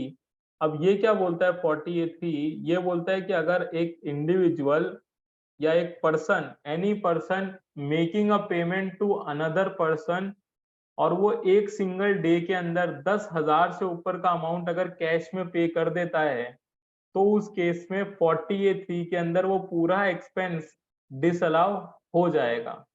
मतलब कि आपको कुछ सामान खरीदना था, ठीक है, आपको मान लेते हैं कि कोई स्टेशनरी का सामान खरीदना था, आपका बिल हुआ 12,000 रुपए। अब आपने वो 12,000 रुपए का पूरा बिल कैश में चुका दिया, तो वो पूरा का पूरा बिल, क्योंकि आपने 10,000 का ऊपर का पेमेंट कैश में कर दिया है, तो वो पूरा का पूरा 12,000 आपका डिसअलाउ हो जाएगा। अब इधर अपने को समझना है कि यहाँ कहा गया है कि any person making a payment to another person exceeding ₹10,000 in a single day, मतलब वन पर्सन वन डे 10,000। मतलब अगर आप इसी पर्सन को 2 दिन के अंदर अगर 7,000 या 6,000 भी देते तो आपका डिसअलाउंस नहीं होता, पर क्योंकि आपने सिंगल डे के अंदर उसको 10,000 से ऊपर का पेमेंट कर दिया तो ये पूरा का पूरा डिसअलाउ हो जाएगा। अब इसके अंदर कुछ रिलैक्सेशन भी है कि अगर जिस दिन आपको पेमेंट करने की लायबिलिटी थी उस दिन बैंक बंद थे, या ऐसे कुछ 2-3 आपको रीजन दे रखे हैं कि अगर आपका इन रीजन की वजह से आपने कैश में पेमेंट किया तो वो अलाउ हो जाएगा। जिसके अंदर एक रीजन और आता है कि अगर आप फार्मर ट्रांसपोर्ट वाले को पे करते हैं तो आप ट्रांसपोर्ट वाले को 35,000 तक कैश में पे कर सकते हैं। तो अगर आप उसको 35,000 तक सिंगल डे में कैश में पेमेंट करते हैं तो आपको वो डिसअलाउ अलाउ होगा अंडर सेक्शन 40A3। तो अब हमने बात कर ली 40A3 की। मोस्टली इसके अंदर जो पीजीबी के जितने मेजर प्रोविजंस लग रहे थे वो सारे कवर हो गए। पीजीबी क्लोज करने से पहले मैं खाली एक चीज और कहना चाहूंगा कि जिन लोगों की भी टैक्स ऑडिट हो रही है, आपके जो भी क्लाइंट्स हैं जिनकी टैक्स ऑडिट होती है, उसके केस में जो भी आपके एडजस्टमेंट हो रहे हैं 3CD के अंदर, वो आपको ध्यान रखने हैं कि उधर जितने भी एडजस्टमेंट 3CD में हुए हैं वो सारे एक शेड्यूल होता है इनकम टैक्स रिटर्न में, शेड्यूल अदर इंफॉर्मेशन, उधर वो सारे के सारे जो भी एडजस्टमेंट्स हुए हैं वो बराबर दिखाने हैं और बराबर कॉलम में दिखाने हैं। हमारे पास ऐसे ऐसे रिटर्न्स आए हैं जिसके अंदर क्या हुआ है कि उन्होंने रिटर्न भरते टाइम लेट्स अज्यूम 3615A का एक डिडक्शन होता है। 3615A क्या बोलता है कि पीएफ के अंदर जब कंट्रीब्यूशन होता है ईपीएफ के अंदर तो उधर 2 पार्ट में कंट्रीब्यूशन होता है, एक एम्प्लॉय का कंट्रीब्यूशन, एक एम्प्लॉयर का कंट्रीब्यूशन। अब जो एम्प्लॉयर का कंट्रीब्यूशन है वो 43B में कवर होता है, जिसमें ये कहा गया है कि अगर आप रिटर्न फाइलिंग से पहले तक भी अगर पेमेंट कर देते हैं ईपीएफ में तो आपको उसका डिडक्शन मिल जाएगा। सिमिलरली जो एम्प्लॉय का कंट्रीब्यूशन होता है वो कवर होता है 36(1)(5)(a) के अंदर, मतलब 36 subsection 1 clause 5A Roman 5A। तो अब उसमें क्या था कि आज तक ये एम्बिग्यूटी थी कि हमको जो पेमेंट करना है एम्प्लॉय कंट्रीब्यूशन का वो हमको ड्यू डेट मतलब 139(1) की ड्यू डेट तक करना है, या फिर मेरे को जो पीएफ का लॉ है 15 तारीख, आप सबको पता होगा जो लोग टैक्स फाइल करते हैं कि 15 तारीख तक आपको पीएफ का पैसा जमा कराना होता है। पिछले महीने का जो पीएफ होगा वो अगले महीने की 15 तारीख तक जमा हो जाना चाहिए। तो इसमें कंफ्यूजन था कि ये जो ड्यू डेट है वो कौन सी देखनी है फॉर सेक्शन 36(1)(5)(a), पर इसमें अभी लास्ट ईयर एक क्लेरिफिकेशन आया, गवर्नमेंट ने ये कहा कि 36(1)(5)(a) के लिए जो ड्यू डेट मानी जाएगी वो उस रेलेवेंट एक्ट की ड्यू डेट मानी जाएगी। मतलब कि अगर आपने 15 तारीख तक पीएफ, ईपीएफ या ईएसआई जमा नहीं कराया गवर्नमेंट को तो वो आपको डिसअलाउ करना पड़ेगा। अब क्या होता था कि आप जब टैक्स ऑडिट भरते हैं तो उधर आप अलाउ डिसअलाउ नहीं लिखते, आप लिखते हैं कि भाई एक्चुअल डेट ऑफ पेमेंट क्या थी और ड्यू डेट ऑफ पेमेंट क्या थी, और उधर से वो कंप्यूटर खुद उठा लेता है कि कौन से आपके ईपीएफ के खर्चे जो एम्प्लॉइज कंट्रीब्यूशन थे वो डिसअलाउ होने चाहिए थे। अब कई बार क्या होता है कि आपने ओआई के अंदर भी उसको डाल दिया कि ये डिसअलाउ होना चाहिए, बट ओआई के अंदर कई बार एक आध कॉलम ऊपर नीचे हो गया, मतलब 36(1)(5)(a) की जगह आपने 36(1)(5) में डाल दिया उसको गलती से। तो अब उसमें होता क्या है कि जब इनकम टैक्स उसको रिटर्न को प्रोसेस करता है तो वो बोलता है कि आपने 36(1)(5) में तो कुछ डाला नहीं, और तो उसको पहले वो डिसअलाउ करेगा क्योंकि वो टैक्स ऑडिट में डिसअलाउड है, तो वो बोलेगा कि इनकम टैक्स रिटर्न में भी इसको डिसअलाउ करो। और प्लस आपने जो 36(1)(5) में ऑलरेडी डिसअलाउ किया होगा उसको तो वो डिसअलाउड ही मानेगा। तो इसका मतलब कि मान लेते आपका कोई 1 लाख का फिगर था जो एम्प्लॉय कंट्रीब्यूशन था, किसी एक महीने का आपका लेट हो गया पे करने में, अब आपने उसको टैक्स ऑडिट में दिखा दिया कि हमने लेट पेमेंट किया है। अब आपने उसको अदर इन्फॉर्मेशन में भी 36(1)(5) में डाल दिया गलत सेक्शन में, तो आपने उधर तो 1 लाख डिसअलाउ किया ही होगा, प्लस आपने इंटीमेशन में ये बोला जाएगा कि 1 लाख और डिसअलाउ करो, मतलब आपका 2 लाख वो डिसअलाउ करवा देंगे। इसलिए जब भी आप रिटर्न अपनी फाइनल करें इनकम टैक्स की, जो शेड्यूल अदर इन्फॉर्मेशन है उसको बहुत ध्यान से देखें कि जो सेक्शन में डिसअलाउंस होना चाहिए था उसी में हुआ है या कहीं कहीं ऊपर नीचे तो नहीं लिख दिया हमने गलती से। ठीक है, अब हम आगे बढ़ते हैं कैपिटल गेन के लिए कि कैपिटल गेन कैलकुलेट करते टाइम क्या-क्या चीजें हमें ध्यान रखनी होती है। तो capital gain tax reports needs to be obtained. पहले हम बात करें शेयर्स और म्यूचुअल फंड्स की, अभी हम खाली लिस्टेड शेयर्स और लिस्टेड म्यूचुअल फंड्स की बात कर रहे हैं, ज्यादा हम इन चीजों को कॉम्प्लेक्स करना नहीं चाहेंगे। तो अगर आप कोई लिस्टेड शेयर्स या लिस्टेड म्यूचुअल फंड में डील कर रहे हैं तो आपको सिर्फ अपने क्लाइंट को ये बोलना है कि अपने ब्रोकर से बोलें कि कैपिटल गेन टैक्स रिपोर्ट हमको दे दें।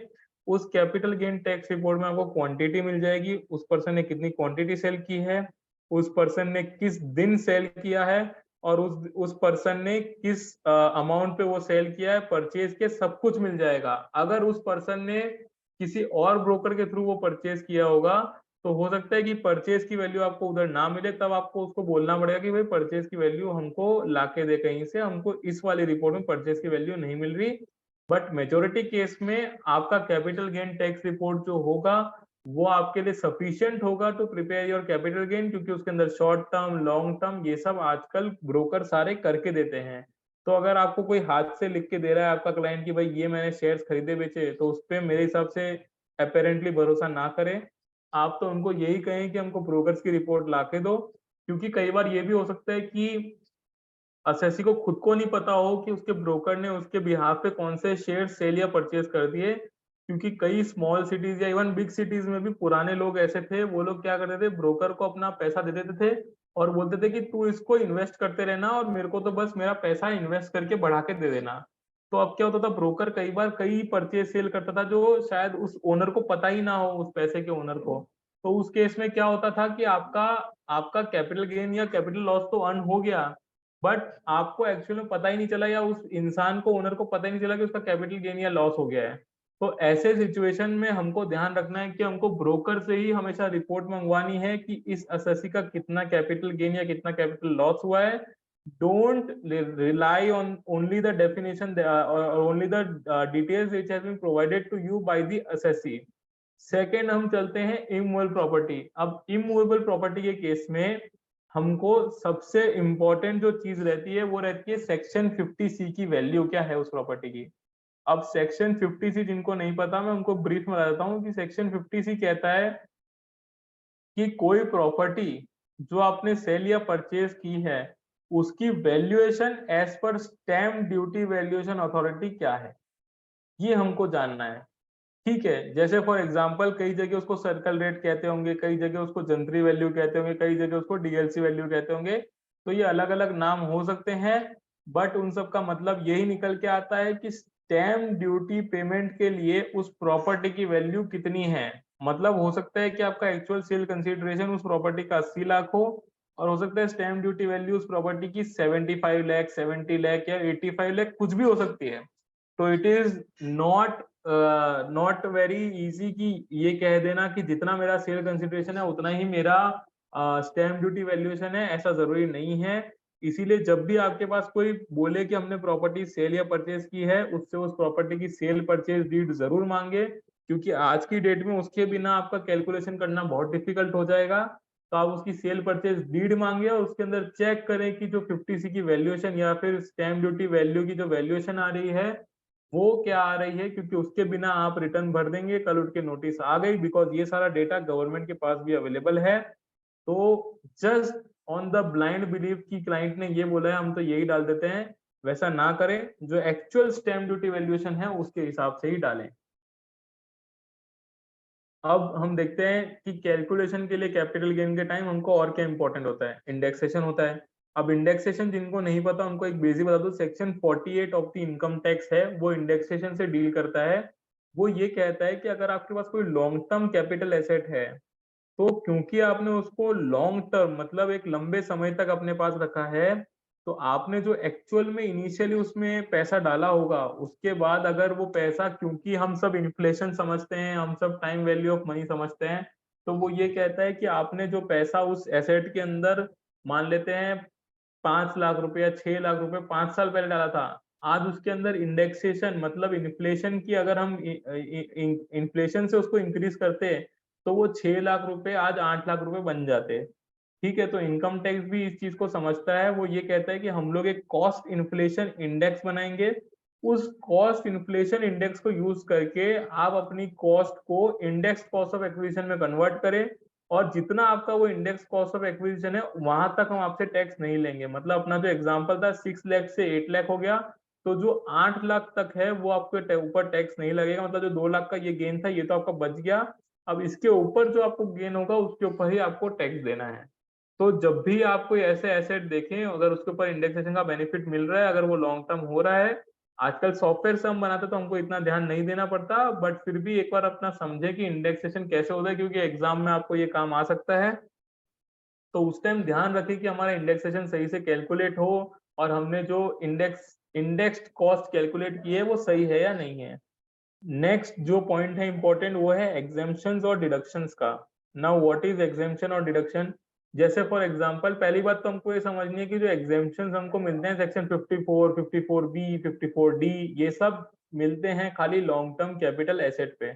शॉर्ट टर्म एसेट पे आपको कोई एग्जेम्पशंस या कोई डिडक्शंस नहीं मिलने वाले इनकम टैक्स के अंदर बाय री इन्वेस्टिंग। तो जितने भी एग्जेम्पशंस मिलेंगे सेक्शन 54 वाले वो सारे लॉन्ग टर्म कैपिटल एसेट पे मिलेंगे। Again long term capital asset पे मिलेंगे, तो पहली बार आपके पास कोई शॉर्ट टर्म आ जाए उसको तो भूल ही जाओ, उस पे एग्जेम्पशन गिनना ही नहीं है। मतलब अगर किसी ने इमोबल प्रॉपर्टी 2 साल के पहले बेच दिया तो वो शॉर्ट टर्म हो जाएगा, and once it is short term आपको कोई एग्जेम्पशन के बारे में सोचना ही नहीं है। अगर वो लॉन्ग टर्म हो जाए तो ही एग्जेम्पशन के बारे में हमको सोचना है। ठीक है, तो जो भी एग्जेम्पशंस आपको मिलेंगे वो एग्जेम्पशंस आपको अच्छे से नोट डाउन करने हैं कि वो एग्जेम्पशन एक्चुअल में एज पर लॉ उसको मिलना चाहिए था या नहीं मिलना चाहिए था। Section 54, 54F। अभी हमारे पास थोड़ा टाइम कम है इसलिए हम डिटेल में सारे प्रोविजन तो डिस्कस नहीं कर पाएंगे। जैसे सर ने कहा था, अनिल सर ने, कि अगर आपको लगता है कि हमको कोई डिटेल में किसी प्रोविजन के ऊपर डिस्कस करना है तो हम वो वेबिनार भी रख लेंगे। बट अभी के लिए आप ये समझिए कि अगर आप कोई एग्जेम्पशन के लिए एलिजिबल थे तो उसकी डिटेल्स अपने इनकम टैक्स रिटर्न में जरूर डालें, या फिर अगर आपके एसएससी ने कैपिटल गेन अकाउंट स्कीम में पैसा इन्वेस्ट किया है तो उसकी डिटेल्स भी जरूर से और सही से अपनी इनकम टैक्स रिटर्न में डिस्क्लोज करें। अब हम नेक्स्ट देखते हैं reporting of capital gain in ITR. अब हम सबको पता है कि अलग अलग टाइप के कैपिटल गेन होते हैं, उनके ऊपर टैक्स रेट भी अलग अलग लगती है। कहीं पे 10% लगता है विदाउट इंडेक्सेशन, कहीं पे इंडेक्सेशन के साथ 20% लगता है, कहीं पे शॉर्ट टर्म कैपिटल गेन पे 15% लगता है, तो कहीं पे शॉर्ट टर्म कैपिटल गेन पे स्लैब रेट पे लगता है। तो जब भी आप कैपिटल गेन की डिटेल्स अपने रिटर्न में फाइल कर रहे हो, be it shares, be it bonds, be it debentures या फिर अनलिस्टेड शेयर्स, तो उनका ध्यान रखें कि ये किस सेक्शन के अंडर फॉल करने वाले हैं और उस हिसाब से अपने रिटर्न में चेक कर यूज करें कि क्या ये 111 ए में जो शॉर्ट टर्म कैपिटल गेन है जिसपे एसटीटी पे हुआ है उसमें फॉल करेगा, या फिर ये नॉर्मल स्लैब रेट पे टैक्स होना चाहिए, या फिर ये लॉन्ग टर्म कैपिटल गेन है जो 112 ए में फॉल करेगा। तो ये चीज जब आप अपना रिटर्न के अंदर अपना डिटेल्स फीड कर रहे हो तो बहुत ध्यान से चूज करें, क्योंकि उसके बेस पे आपका टैक्स रेट डिसाइड होगा। तो ये एक हमने टेबल बनाया है, I'll try and circulate the PPT, उसमें अगर आप ये टेबल को देख सकते हैं अगर आपके काम आए तो, और अगर इसमें कोई चेंजेस आपको लगता है कि होने चाहिए तो वो भी आप बताइएगा, हम उसको चेंजेस भी करेंगे आपका व्यू लेके। बट ये हमने कुछ टेबल बनाया है कि शेयर्स कब लॉन्ग टर्म शॉर्ट टर्म होते हैं, उसके ऊपर टैक्स रेट क्या लगेगी। तो ये बहुत बड़ा टेबल है क्योंकि बहुत ही कॉम्प्लेक्स कर रखा है गवर्नमेंट ने कैपिटल गेन को भी, उसको सिंप्लीफाई कर देना चाहिए कैपिटल गेन को। बट अभी के लिए ये टेबल है, ये आपको शेयर कर दिया जाएगा, आप इसको गो थ्रू कर सकते हैं। अगर कोई अमेंडमेंट हो तो you can always connect with me on mail और लिंक्डइन वेरेवर। अब हम लास्ट हेड पे आ जाते हैं, अदर सोर्सेज का जो हेड है, इसमें कुछ ज्यादा होता नहीं है। मोस्टली जो ये अदर इनकम जो किसी और हेड में फॉल नहीं करी वो अदर सोर्सेज में फॉल कर जाएगी। अब जब भी आप कोई अदर सोर्सेज की इनकम का टैक्सेबिलिटी देखें तो उसके अंदर आपको ध्यान रखना है कि अगर इंटरेस्ट है तो आपको एफडी के जो स्टेटमेंट्स होते हैं, एफडी की जो रिसीट्स होती है, एफडी की पासबुक होती है, या फिर अगर डिविडेंड है तो आपको कोई एआईएस में दिख जाएगा, उससे मैच करें। तो इस तरीके से जो भी अदर सोर्सेज की इनकम आ रही है उनको कहीं ना कहीं से क्रॉस वेरीफाई करें कि वो जितना डिस्क्लोज आपको जो एसएससी कर रहा है उतना ही है ना, क्योंकि आज की डेट में मोस्ट ऑफ अदर सोर्सेज की इनकम आपके एआईएस में आ ही जाएगी। एआईएस हमने कल डिस्कस किया था क्या होता है। तो मोस्ट ऑफ अदर सोर्सेज की इनकम मतलब सेविंग्स का इंटरेस्ट हो गया, एफडी का इंटरेस्ट हो गया, डिविडेंड हो गया, या फिर आपको विनिंग्स फ्रॉम लॉटरी हो गई, रॉयल्टी हो गई, ये सब आपको मोस्टली जो आपका एआईएस है उधर कवर हो जाएगा। तो आपको यही मैच करना है कि जो एआईएस में इनकम आ रही है उतनी तो कम से कम एसएससी अपना शोकेस करे अपने रिटर्न ऑफ इनकम में। Again AIS is not complete, AIS regularly update हो सकता है। तो आपके रिटर्न फाइलिंग के टाइम हो सकता है एआईएस में कुछ कम अमाउंट आ रहा हो, आपकी रिटर्न फाइलिंग के बाद वो बढ़ जाए। इसलिए हमेशा अपना एआईएस का फिगर क्लाइंट से भी क्रॉस वेरीफाई कराएं कि अगर उसने इससे ज्यादा कमाया है तो अभी डिस्क्लोज कर दे, क्योंकि अगर आगे चल के कोई नोटिस आया तो then you have to keep the documentation. Again audit में तो आप लोग डॉक्यूमेंटेशन रखते होंगे, बट इनकम टैक्स रिटर्न में भी आपको डॉक्यूमेंटेशन रखना बहुत कम नेसेसरी है आज की डेट में। कल हमने डिस्कस किया था कैसे नोटिस भेजे जा रहे हैं एसएससी को पूछते हुए कि किसने आपका रिटर्न फाइल किया।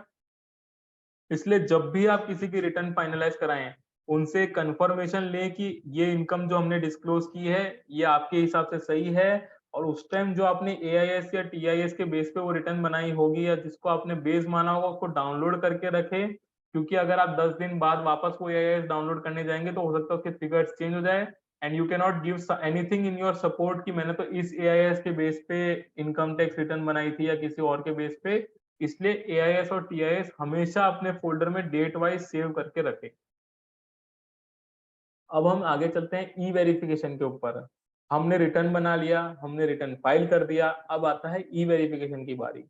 अब ई वेरीफाई करना रिटर्न को इम्पोर्टेंट क्यों है कि अगर आप रिटर्न भर ही रहे हो अपने पोर्टल पे तो क्या ई वेरीफाई करना जरूरी है या नहीं है? आपके हिसाब से, आपके हिसाब से ई वेरिफिकेशन कैसे होना चाहिए? इज इट रिक्वायर्ड और नॉट रिक्वायर्ड? ऐसा होना भी चाहिए या नहीं होना चाहिए ई वेरिफिकेशन? आप यस नो करके आंसर दे सकते हैं।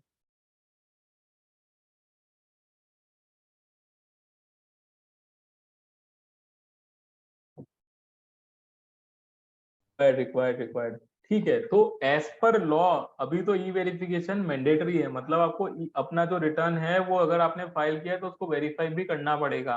बट अगर हम सोचें कि हर इंसान जब अपने पोर्टल में लॉग इन करके खुद ही रिटर्न अपलोड कर रहा है, हो सकता है उसका कोई पर्सन उससे उसके बिहाफ पे रिटर्न प्रिपेयर करके फाइल कर रहा हो, बट जब उसी के पोर्टल पे रिटर्न अपलोड हो रही है तो वापस उसको वेरीफाई करने की क्या जरूरत है? अगर वो वेरीफाई ना भी करे तो जब मैं अपने ही प्रोफाइल से कोई चीज अपलोड कर रहा हूँ दैट मीन्स मैंने ही उसको फाइल किया है। तो मेरे हिसाब से ई वेरिफिकेशन की जरूरत नहीं होनी चाहिए, बट एज ऑन डेट आपको एक रिटर्न को ई वेरीफाई करना है। तो ई वेरिफिकेशन के लिए आपके पास कितने दिन है अभी अवेलेबल? एज ऑन डेट क्या लॉ है कि आपको कितने दिन के अंदर रिटर्न को ई वेरीफाई करना होता है?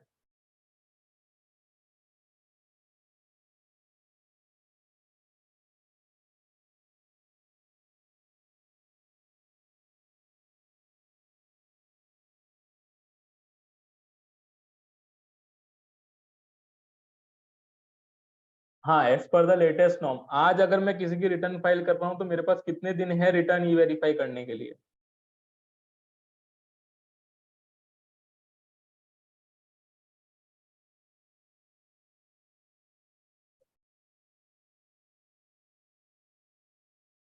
ठीक है, 30 डेज, कई लोग 120 डेज बोल रहे हैं, कई लोग 30 डेज बोल रहे हैं। तो यार जो लोग 120 डेज बोल रहे हैं, क्या वो लोग या तो इनकम टैक्स में काम नहीं करते या तो वो लोग गूगल या चैट जीपीटी का सहारा ले रहे हैं आंसर लाने में? क्योंकि जो ये 120 डेज का प्रोविजन है ये पुराना प्रोविजन है। पिछले अगस्त में एक नोटिफिकेशन आ गया था जिसके बाद ये कहा गया था कि 31 जुलाई के बाद जो भी रिटर्न भरी जाएगी उसको आपको 30 डेज के अंदर वेरीफाई करना है। अगर आप उसको 30 डेज के अंदर वेरीफाई नहीं करेंगे तो उसको डिफेक्टिव रिटर्न मान लिया जाएगा। अब एक डिफेक्टिव रिटर्न क्या होता है? डिफेक्टिव रिटर्न का मतलब ये है ऐसा मान लिया जाएगा कि आपने कभी इनकम टैक्स रिटर्न भरी ही नहीं। अब अगर ऐसा मान लिया गया तो बहुत सारी चीजें आपके साथ हो सकती है। एक तो आपने जो लॉस का क्लेम किया होगा वो लॉस का क्लेम डिसअलाउ हो जाएगा। उसके ऊपर से आपको एओ नोटिस भी भेज सकता है कि आपने जब रिटर्न ही सही से फाइल नहीं की तो अब मैं आपको ऊपर पेनल्टी और इंटरेस्ट भी चार्ज करूंगा। तो आपको ध्यान रखना है कि अगर आपने कोई रिटर्न फाइल की है और नाउ क्योंकि 30 डेज बहुत ही शॉर्ट पीरियड है। पहले क्या होता था कि लोग जून जुलाई में रिटर्न भरते थे और फिर अगस्त सितंबर के अंदर उसको वेरीफाई करते थे क्योंकि 120 दिन मिल जाते थे। अब क्योंकि 30 दिन ही मिलेंगे तो आई वुड स्ट्रांगली रिकमेंड कि जब भी आप रिटर्न फाइल कर रहे हो उसी टाइम ओटीपी लेके रिटर्न वेरीफाई कर दें, क्योंकि आज की डेट में मोस्ट ऑफ लोगों को आधार ओटीपी मिल रहा है। तो मेजोरिटी केसेस में आप अपना रिटर्न उसी टाइम उसी समय वेरीफाई कर लें ओटीपी के थ्रू, क्योंकि अगर आप नहीं कर पाएंगे तो दिक्कत हो सकती है आगे चल के। अगर वो रिटर्न डिफेक्टिव हो गया और एसएससी कोई नुकसान हो गया तो वो तो आपको ही बोलेगा कि यार आपने मेरे से उस टाइम पे वेरीफाई क्यों नहीं करवाई रिटर्न। तो इनकम टैक्स रिटर्न भरना जितना जरूरी है उसको ई वेरीफाई करना भी उतना ही जरूरी है। अब ई वेरीफाई करने के ये 3 मॉडर्न सॉल्यूशन है। उसके अलावा जो हमारा देसी तरीका है कि इनकम टैक्स रिटर्न को साइन करके बैंगलोर भेजना वो तो है ही। उसके अलावा ये 3 मॉडर्न सॉल्यूशन है। एक है आधार ओटीपी जो बहुत सिंपल है, ओटीपी जाएगा क्लाइंट को, आपको ओटीपी डाले और आपका रिटर्न वेरीफाइड है। उसके अलावा सेकंड ऑप्शन है कि आपको ईवीसी मिलेगा। अब ईवीसी क्या होता है? ईवीसी का मतलब होता है कि आपको एक कोड मिलेगा जिसके अंदर आपका वो कोड कैसे जनरेट हो सकता है? वो कोड आपके बैंक के थ्रू जनरेट हो सकता है, डीमेट अकाउंट के थ्रू जनरेट हो सकता है। तो इन तरीकों से वो जनरेट हो सकता है। उसके अलावा एक और क्या सोल्यूशन है, आप डिजिटल सिग्नेचर बनवाएं, डीएससी बनवाएं, डीएससी के थ्रू रिटर्न को वेरीफाई कर सकते हैं। और पहले ये था एक्चुअली कि पहले आपने एक बार रिटर्न फाइल कर दिया उसके बाद आप डीएससी से उसको वेरीफाई नहीं कर सकते। बट आज की डेट में आप रिटर्न भरने के बाद भी उसको डीएससी से वेरीफाई कर सकते हैं। तो ध्यान रखिएगा कि 30 दिन होते हैं आपके पास, आपको 30 दिन के अंदर रिटर्न वेरीफाई करना है। नहीं किया तो मान लिया जाएगा आपने रिटर्न भरा ही नहीं है। अब हम आगे चलते हैं। आपने रिटर्न बना लिया, रिटर्न फाइल कर दिया, रिटर्न वेरीफाई कर दिया। अब लास्ट पॉइंट आता है, आपको इंटीमेशन आया है।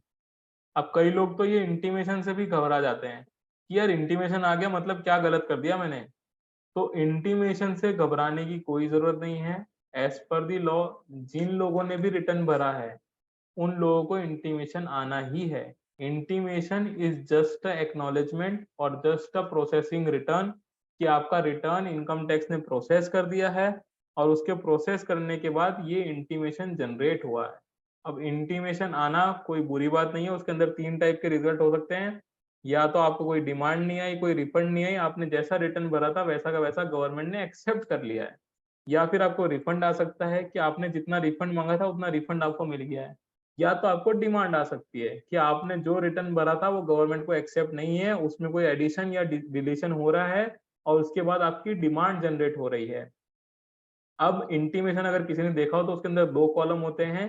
कि आपने क्या कंप्यूटेशन दिया गवर्नमेंट को और गवर्नमेंट ने उसको कैसे कंप्यूट किया। ये 2 कॉलम होते हैं, तो आपको वो दोनों कॉलम चेक करने हैं कि जितना फिगर आप भरे जा रहे थे उतना ही गवर्नमेंट ने लिया है या कोई डिफरेंस आ रहा है।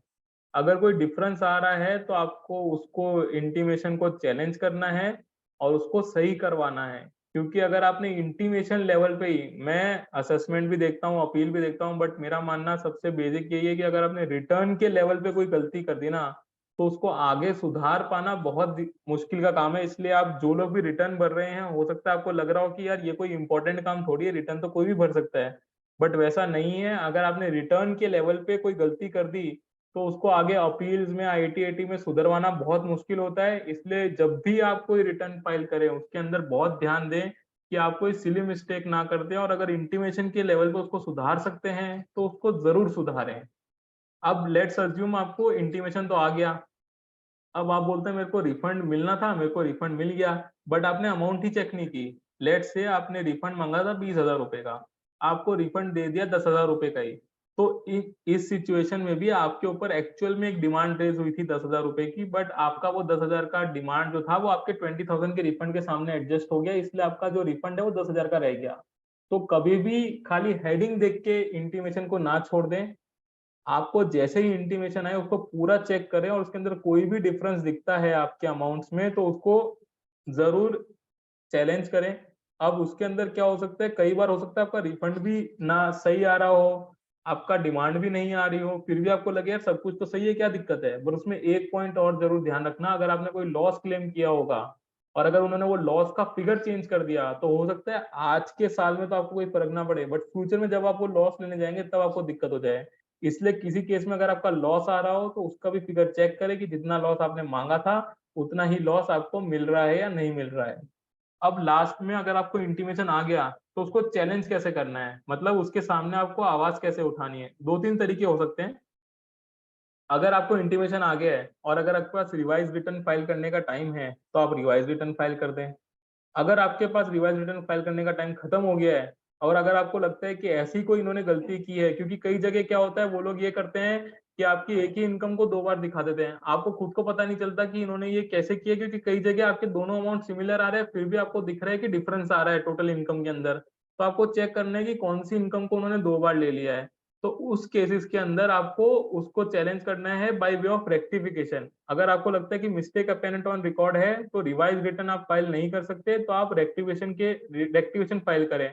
रेक्टिफिकेशन आप कब तक फाइल कर सकते हैं, 4 साल तक आप रेक्टिफिकेशन फाइल कर सकते हैं। मतलब जिस साल आपको इंटीमेशन का ऑर्डर आया अंडर सेक्शन 143(1), उसके 4 साल तक आप रेक्टिफिकेशन फाइल कर सकते हैं सीपीसी के सामने।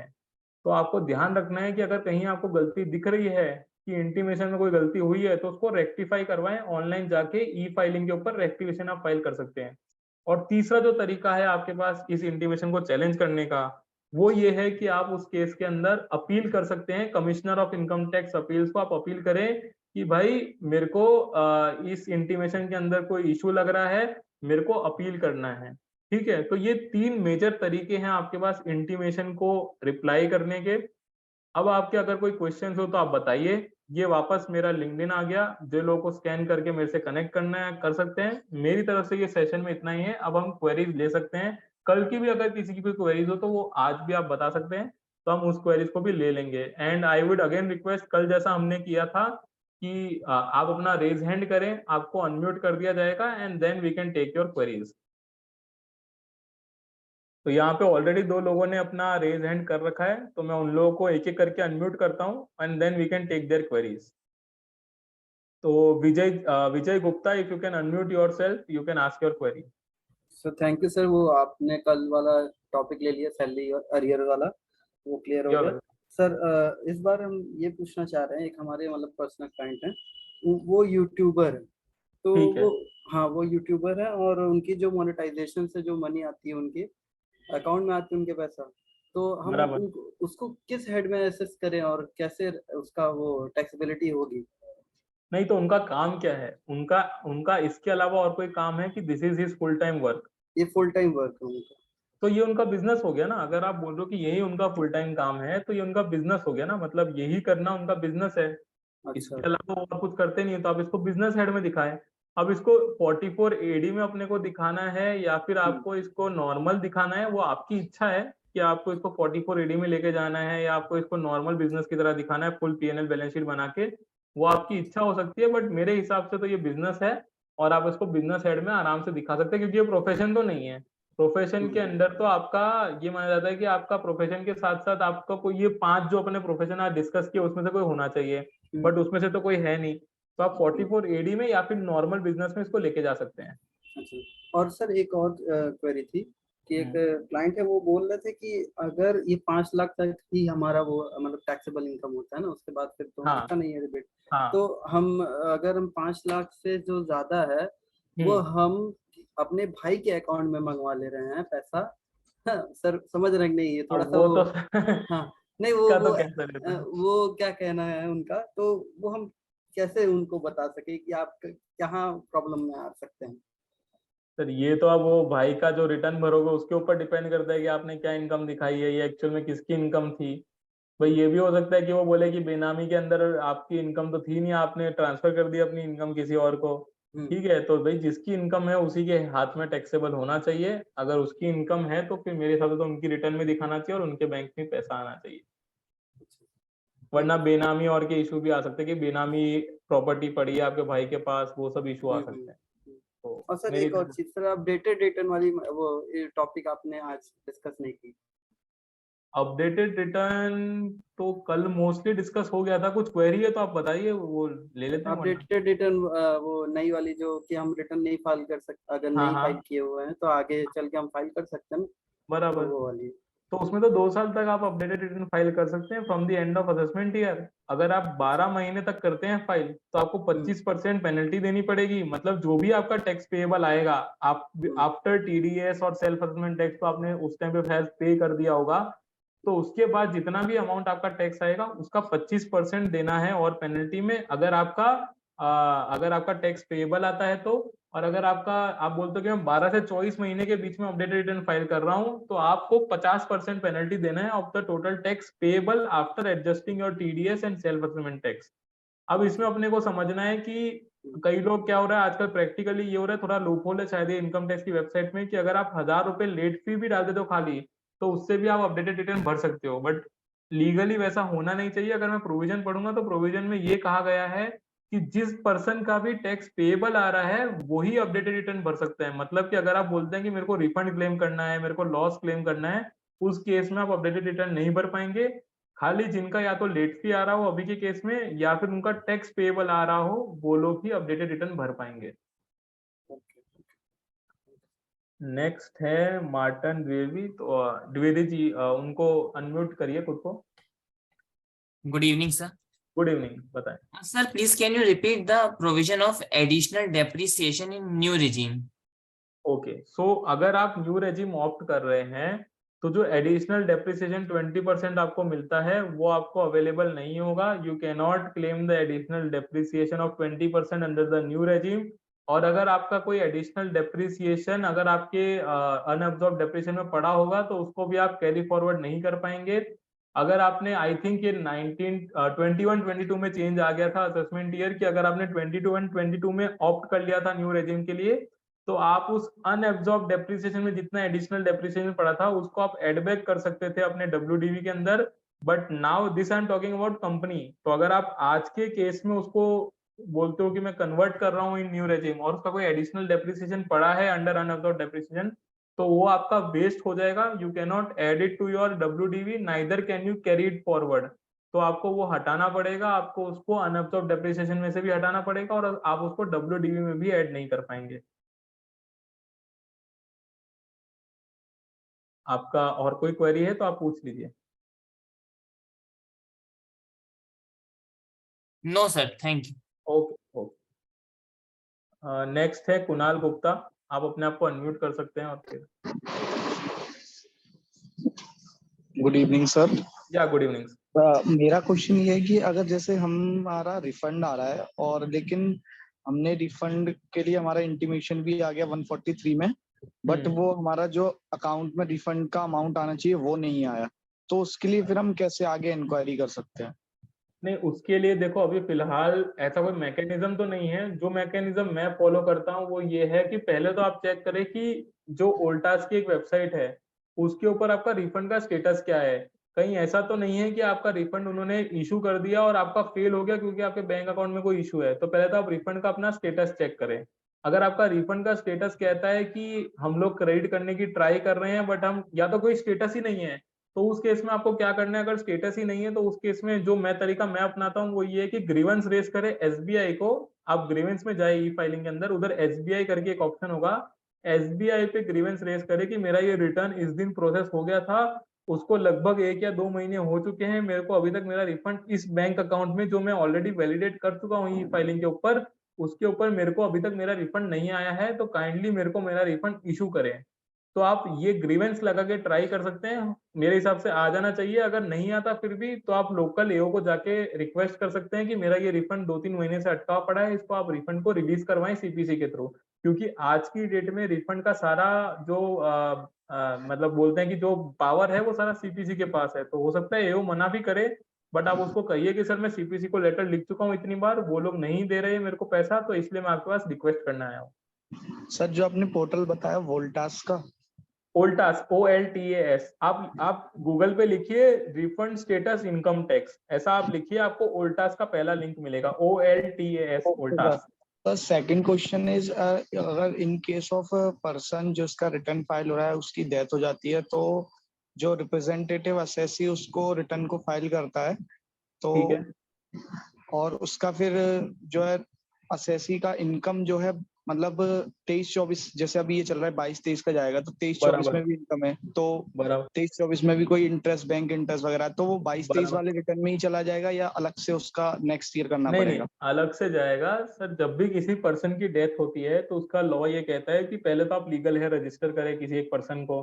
ठीक है, लीगल हेयर रजिस्टर करने के बाद आप उनसे उनकी डेथ वाले पर्सन की रिटर्न भराएं, और जिस साल में डेथ हुई है उसके अगले 1 साल तक, मतलब अगर अपन मान लेते हैं किसी की 23-24 में डेथ हुई तो 23-24 का आप रिटर्न उनका भर सकते हैं।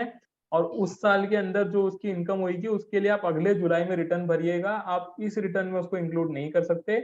आपको 1 साल तक और वो पोर्टल ओपन रखा जाएगा आपके लिए रिटर्न भरने के लिए, तो आप 23-24 वाले साल में, जिस साल में उनकी डेथ हुई है उस साल में भी उनका रिटर्न भर सकते हैं। Okay sir, thank you. Okay, next है पूजा अग्रवाल। आपको अनम्यूट, खुद को अनम्यूट कर लीजिए and you can ask your question.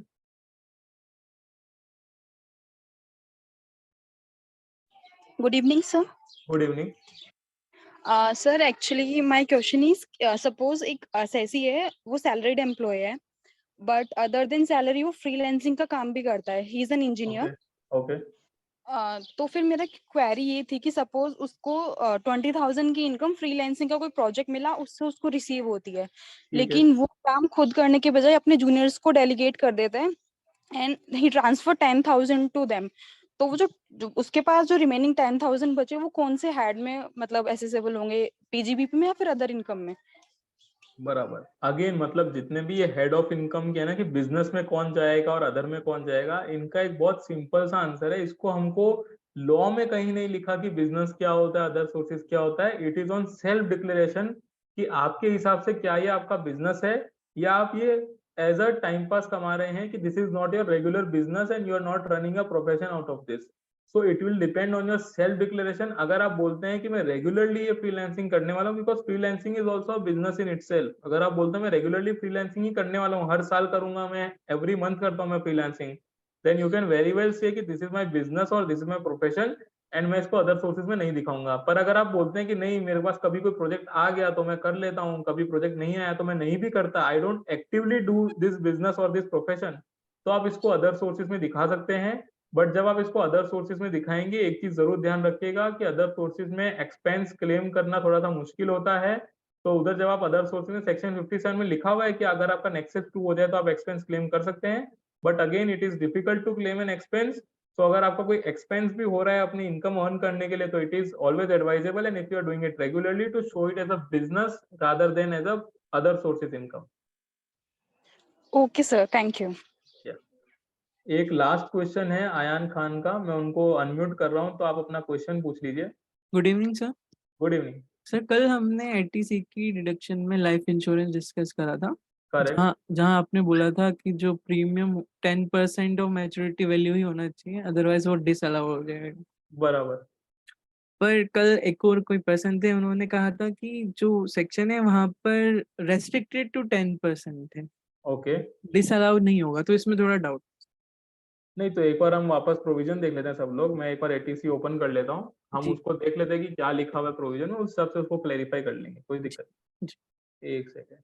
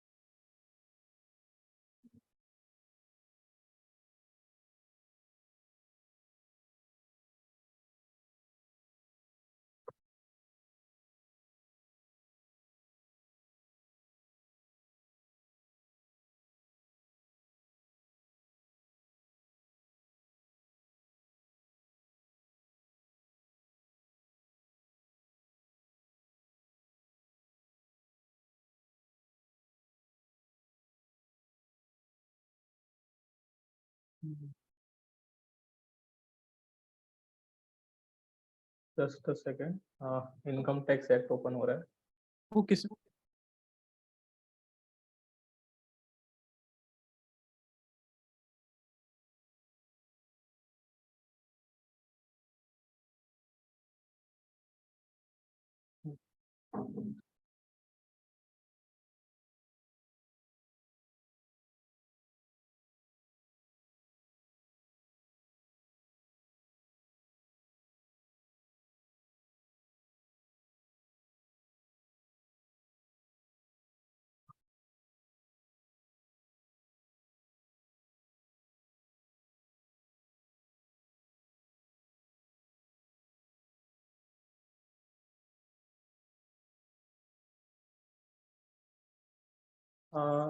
ये जैसे लिखा है, the provision of sub section 2 shall apply only to so much of any premium or other payments made on insurance policy other than a contract of a deferred annuity issued on or after 1st April 2021 as is not in excess of 10% of the actual capital sum assured। मतलब इसका मेरा जो interpretation है वो यही कहता है कि अगर आपका जो प्रीमियम है या आपकी जो पॉलिसी, क्योंकि यहाँ बात कर रहा है कि ये किस पॉलिसी को नहीं लगेगा, तो जी। ये कह रहा है कि ऐसी इंश्योरेंस पॉलिसी को नहीं लगेगा जहां पे आपका जो प्रीमियम अमाउंट है दैट इज इन एक्सेस। अगर एक्सेस में नहीं होगा तो लगेगा, और अगर एक्सेस में है तो नहीं लगेगा। जिसका मतलब ये निकल के आ रहा है कि अगर आपका 10% से ज्यादा है अगर आपका प्रीमियम का अमाउंट, तो उस पॉलिसी के ऊपर एटीसी का बेनिफिट आपको नहीं मिलेगा। तो ये पूरी पॉलिसी को ही डिसअलाउ कर रहा है। ये ऐसा नहीं कह रहा कि सिर्फ उस 10% तक की अमाउंट पे आपको डिडक्शन मिल जाएगा, उससे ऊपर की अमाउंट पे नहीं मिलेगा। Okay sir, thank you so much. तो सर आई एक बिलीव। क्वेश्चन और था, हाँ हाँ, बोलिए। जैसे हम नॉर्मल जॉब के साथ या प्रोफेशन के साथ स्टॉक ट्रेडिंग कर रहे हैं ओके, तो कैपिटल गेन्स में आ जाएगा, बराबर। पर अगर कोई फुल टाइम ये करता है तो फिर ये पीजीबीवी का पार्ट बनेगा? हाँ, इसके अंदर भी इनकम टैक्स की तरफ से ये क्लेरिफिकेशन है, एक सर्कुलर है, आपको मिल जाएगा, अगर आप गूगल करेंगे तो भी मिल जाएगा। उसके अंदर ये कहा गया है कि अगर शेयर्स की जो इनकम है उसको कैपिटल गेन मानना है या PGBP, it is at the declaration of the assessee. अगर एसएससी बोलता है अगेन कि मैं रेगुलरली यही बिजनेस करता हूँ, तो आप उसको बिजनेस दिखा सकते हैं। बट अगर एसएससी बोलता है कि नहीं ये मेरा इन्वेस्टमेंट ही है, तो भले ही आप उसको रेगुलरली कर रहे होंगे तो भी आप बोल सकते हैं कि मेरा तो ये इन्वेस्टमेंट है। तो अनलेस एंड अनटिल आपके कोई बहुत मेजर खर्चे हो रहे हो ये शेयर में इन्वेस्ट जी। करने के लिए, तब तक आप उसको अदर मतलब कैपिटल गेन में दिखाएं, बिकॉज कैपिटल गेन की जो टैक्स रेट है वो बहुत ही लिबरल है एज कम्पेयर टू अगर आप बोलते हैं कि ये मेरा बिजनेस हो जाएगा, तो आपको हो सकता है 30% भी टैक्स लग जाए लॉन्ग टर्म कैपिटल गेन पे। जबकि अगर आप लॉन्ग टर्म कैपिटल गेन अपने कैपिटल गेन में अर्न करेंगे तो आपको 10% या मैक्सिमम अगर शॉर्ट टर्म भी होगा तो 15% टैक्स लगेगा। जबकि अगर आपका कोई मेजर एक्सपेंस नहीं हो रहा तो आपका बीजीबीपी के अंदर उसके ऊपर हायर टैक्स भी लग सकता है। तो आई वुड रेकमेंड कि अगर आपको भले रेगुलरली कर रहे हो बट अगर आप उसको बिजनेस, आपका कोई खर्चा नहीं है एक्चुअल में बिजनेस का, तो आप उसको कैपिटल गेन ही दिखाएं। Okay sir, thank you so much. या वेलकम। तो इसमें कुछ बस क्वेरीज आई थिंक सारी हो चुकी है, हम टाइम भी शायद मोस्टली क्रॉस कर चुके हैं। तो कई लोगों का क्वेश्चन अभी भी है कि भाई हमको ये रिकॉर्डेड मिलेगा या नहीं मिलेगा, पीपीटी मिलेगी या नहीं मिलेगी। पीपीटी में शेयर कर दूंगा सर के साथ, वो आप सबको आगे फॉरवर्ड करवा देंगे। एंड जो सेशन है वो सर ऑलरेडी कह चुके हैं कि सिकासा की जो वेबसाइट है, CIRC की जो वेबसाइट है वहां पे भी अवेलेबल है, और यूट्यूब के उसके चैनल पे भी अवेलेबल है। तो आप वहां जाके भी ये वीडियोस और सब देख सकते हैं। तो just give me a moment.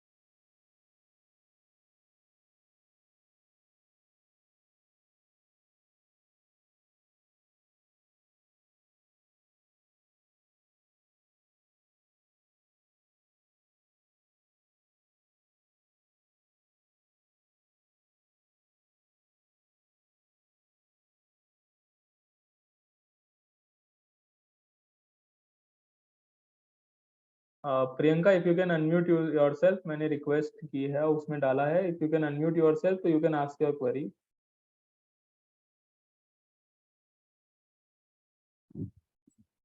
Hello Yes Priyanka.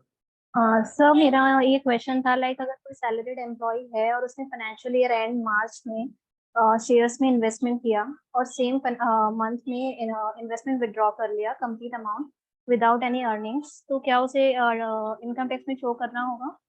हाँ, शो करना होगा, बिकॉज आपने उसी फाइनेंशियल ईयर के अंदर, क्योंकि ये शॉर्ट टर्म कैपिटल गेन माना जाएगा इन माय ओपिनियन। तो क्योंकि आपने 12 मंथ्स के पहले उसको सेल भी कर दिया, एंड आपने गेन या लॉस जो भी अर्न किया है उसको आपको अपने इनकम टैक्स रिटर्न में दिखाना चाहिए। तो उस सिचुएशन में हमें ITR 2 फाइल करना होगा, राइट? यस ITR 2 फाइल करना होगा। Okay sir, thank you. या ओके, अनिल सर।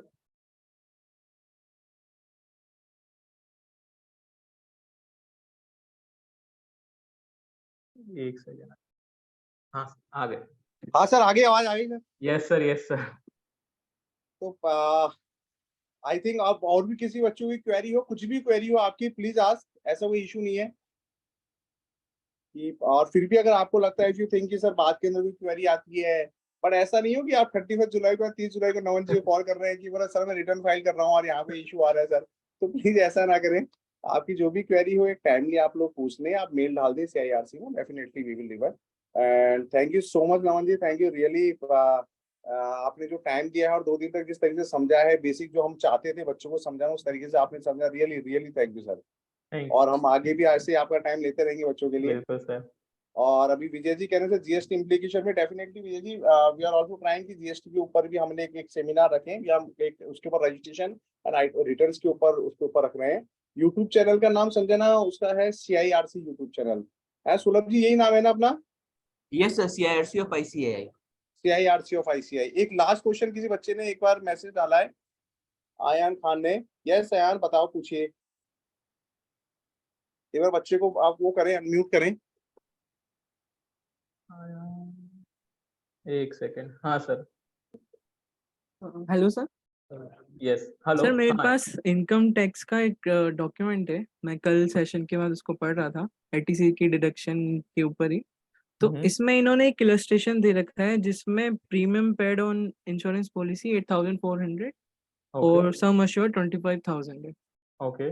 और ये बिफोर 2011 नहीं रखे, तो इसके हिसाब से 20% होना चाहिए था जो प्रीमियम, पर इन्होंने 5,000 फिर भी अलाउ कर रखा है, जबकि ये 20% से ज्यादा है प्रीमियम पेड। एक बार आप वो मेरे को लिंक्डइन पे शेयर कर दीजिएगा, मैं आपसे डिस्कस कर लूंगा, क्योंकि अभी आप शेयर नहीं कर पाएंगे यहाँ पे मे भी, तो आप लिंक्डइन पे शेयर कर देना, हम डिस्कस कर लेंगे, कोई दिक्कत नहीं। Okay sir, thank you. Okay. और भी किसी की क्वेरी हो तो आई थिंक सबकी क्वेरी हो चुकी है नमन जी। Yes sir. है ना? और फिर भी किसी को क्वेरी होगी तो हम आपको फिर परेशान करेंगे, ऐसा नहीं है आप बिल्कुल सर। बच्चे क्या है कि अभी अब बच्चे और पढ़ेंगे, आपने पढ़ा है, बच्चे और नहीं, पढ़ेंगे। अच्छा है सर, डिस्कशन होना चाहिए, यही हेल्दी, जो हम अभी बोल रहे हैं ना कि हम लोग भी आज तक भी डिस्कस करते हैं, तो डिस्कशन होता रहेगा तो ही अपने प्रोफेशन में अपन आगे बढ़ेंगे। एक्चुअली कुछ चीजें तो ऐसी है भी कि उस पर डिस्कशन बहुत सारा पेंडिंग चल रहा है। बिल्कुल। अब वो जेवी की अगर मैं बात करूं कि बिल्डर्स और उसकी लैंड ओनर की, तो वो कहते हैं एंड डिस्कशन तो समझ में नहीं आता है कब क्या होगा, कुछ चीजें बिल्कुल बिल्कुल। है। तो बच्चों मैं भी आपसे डिस्कस करूंगा कि आप प्लीज आप लोग डिस्कस करते रहे, और आपकी जो क्वेरी है किसी भी एक्ट को पढ़ के, किसी केस लॉ को पढ़ के, आपको कुछ भी क्वेरी अगर आपको आती है तो आप प्लीज आप हमसे पूछिए।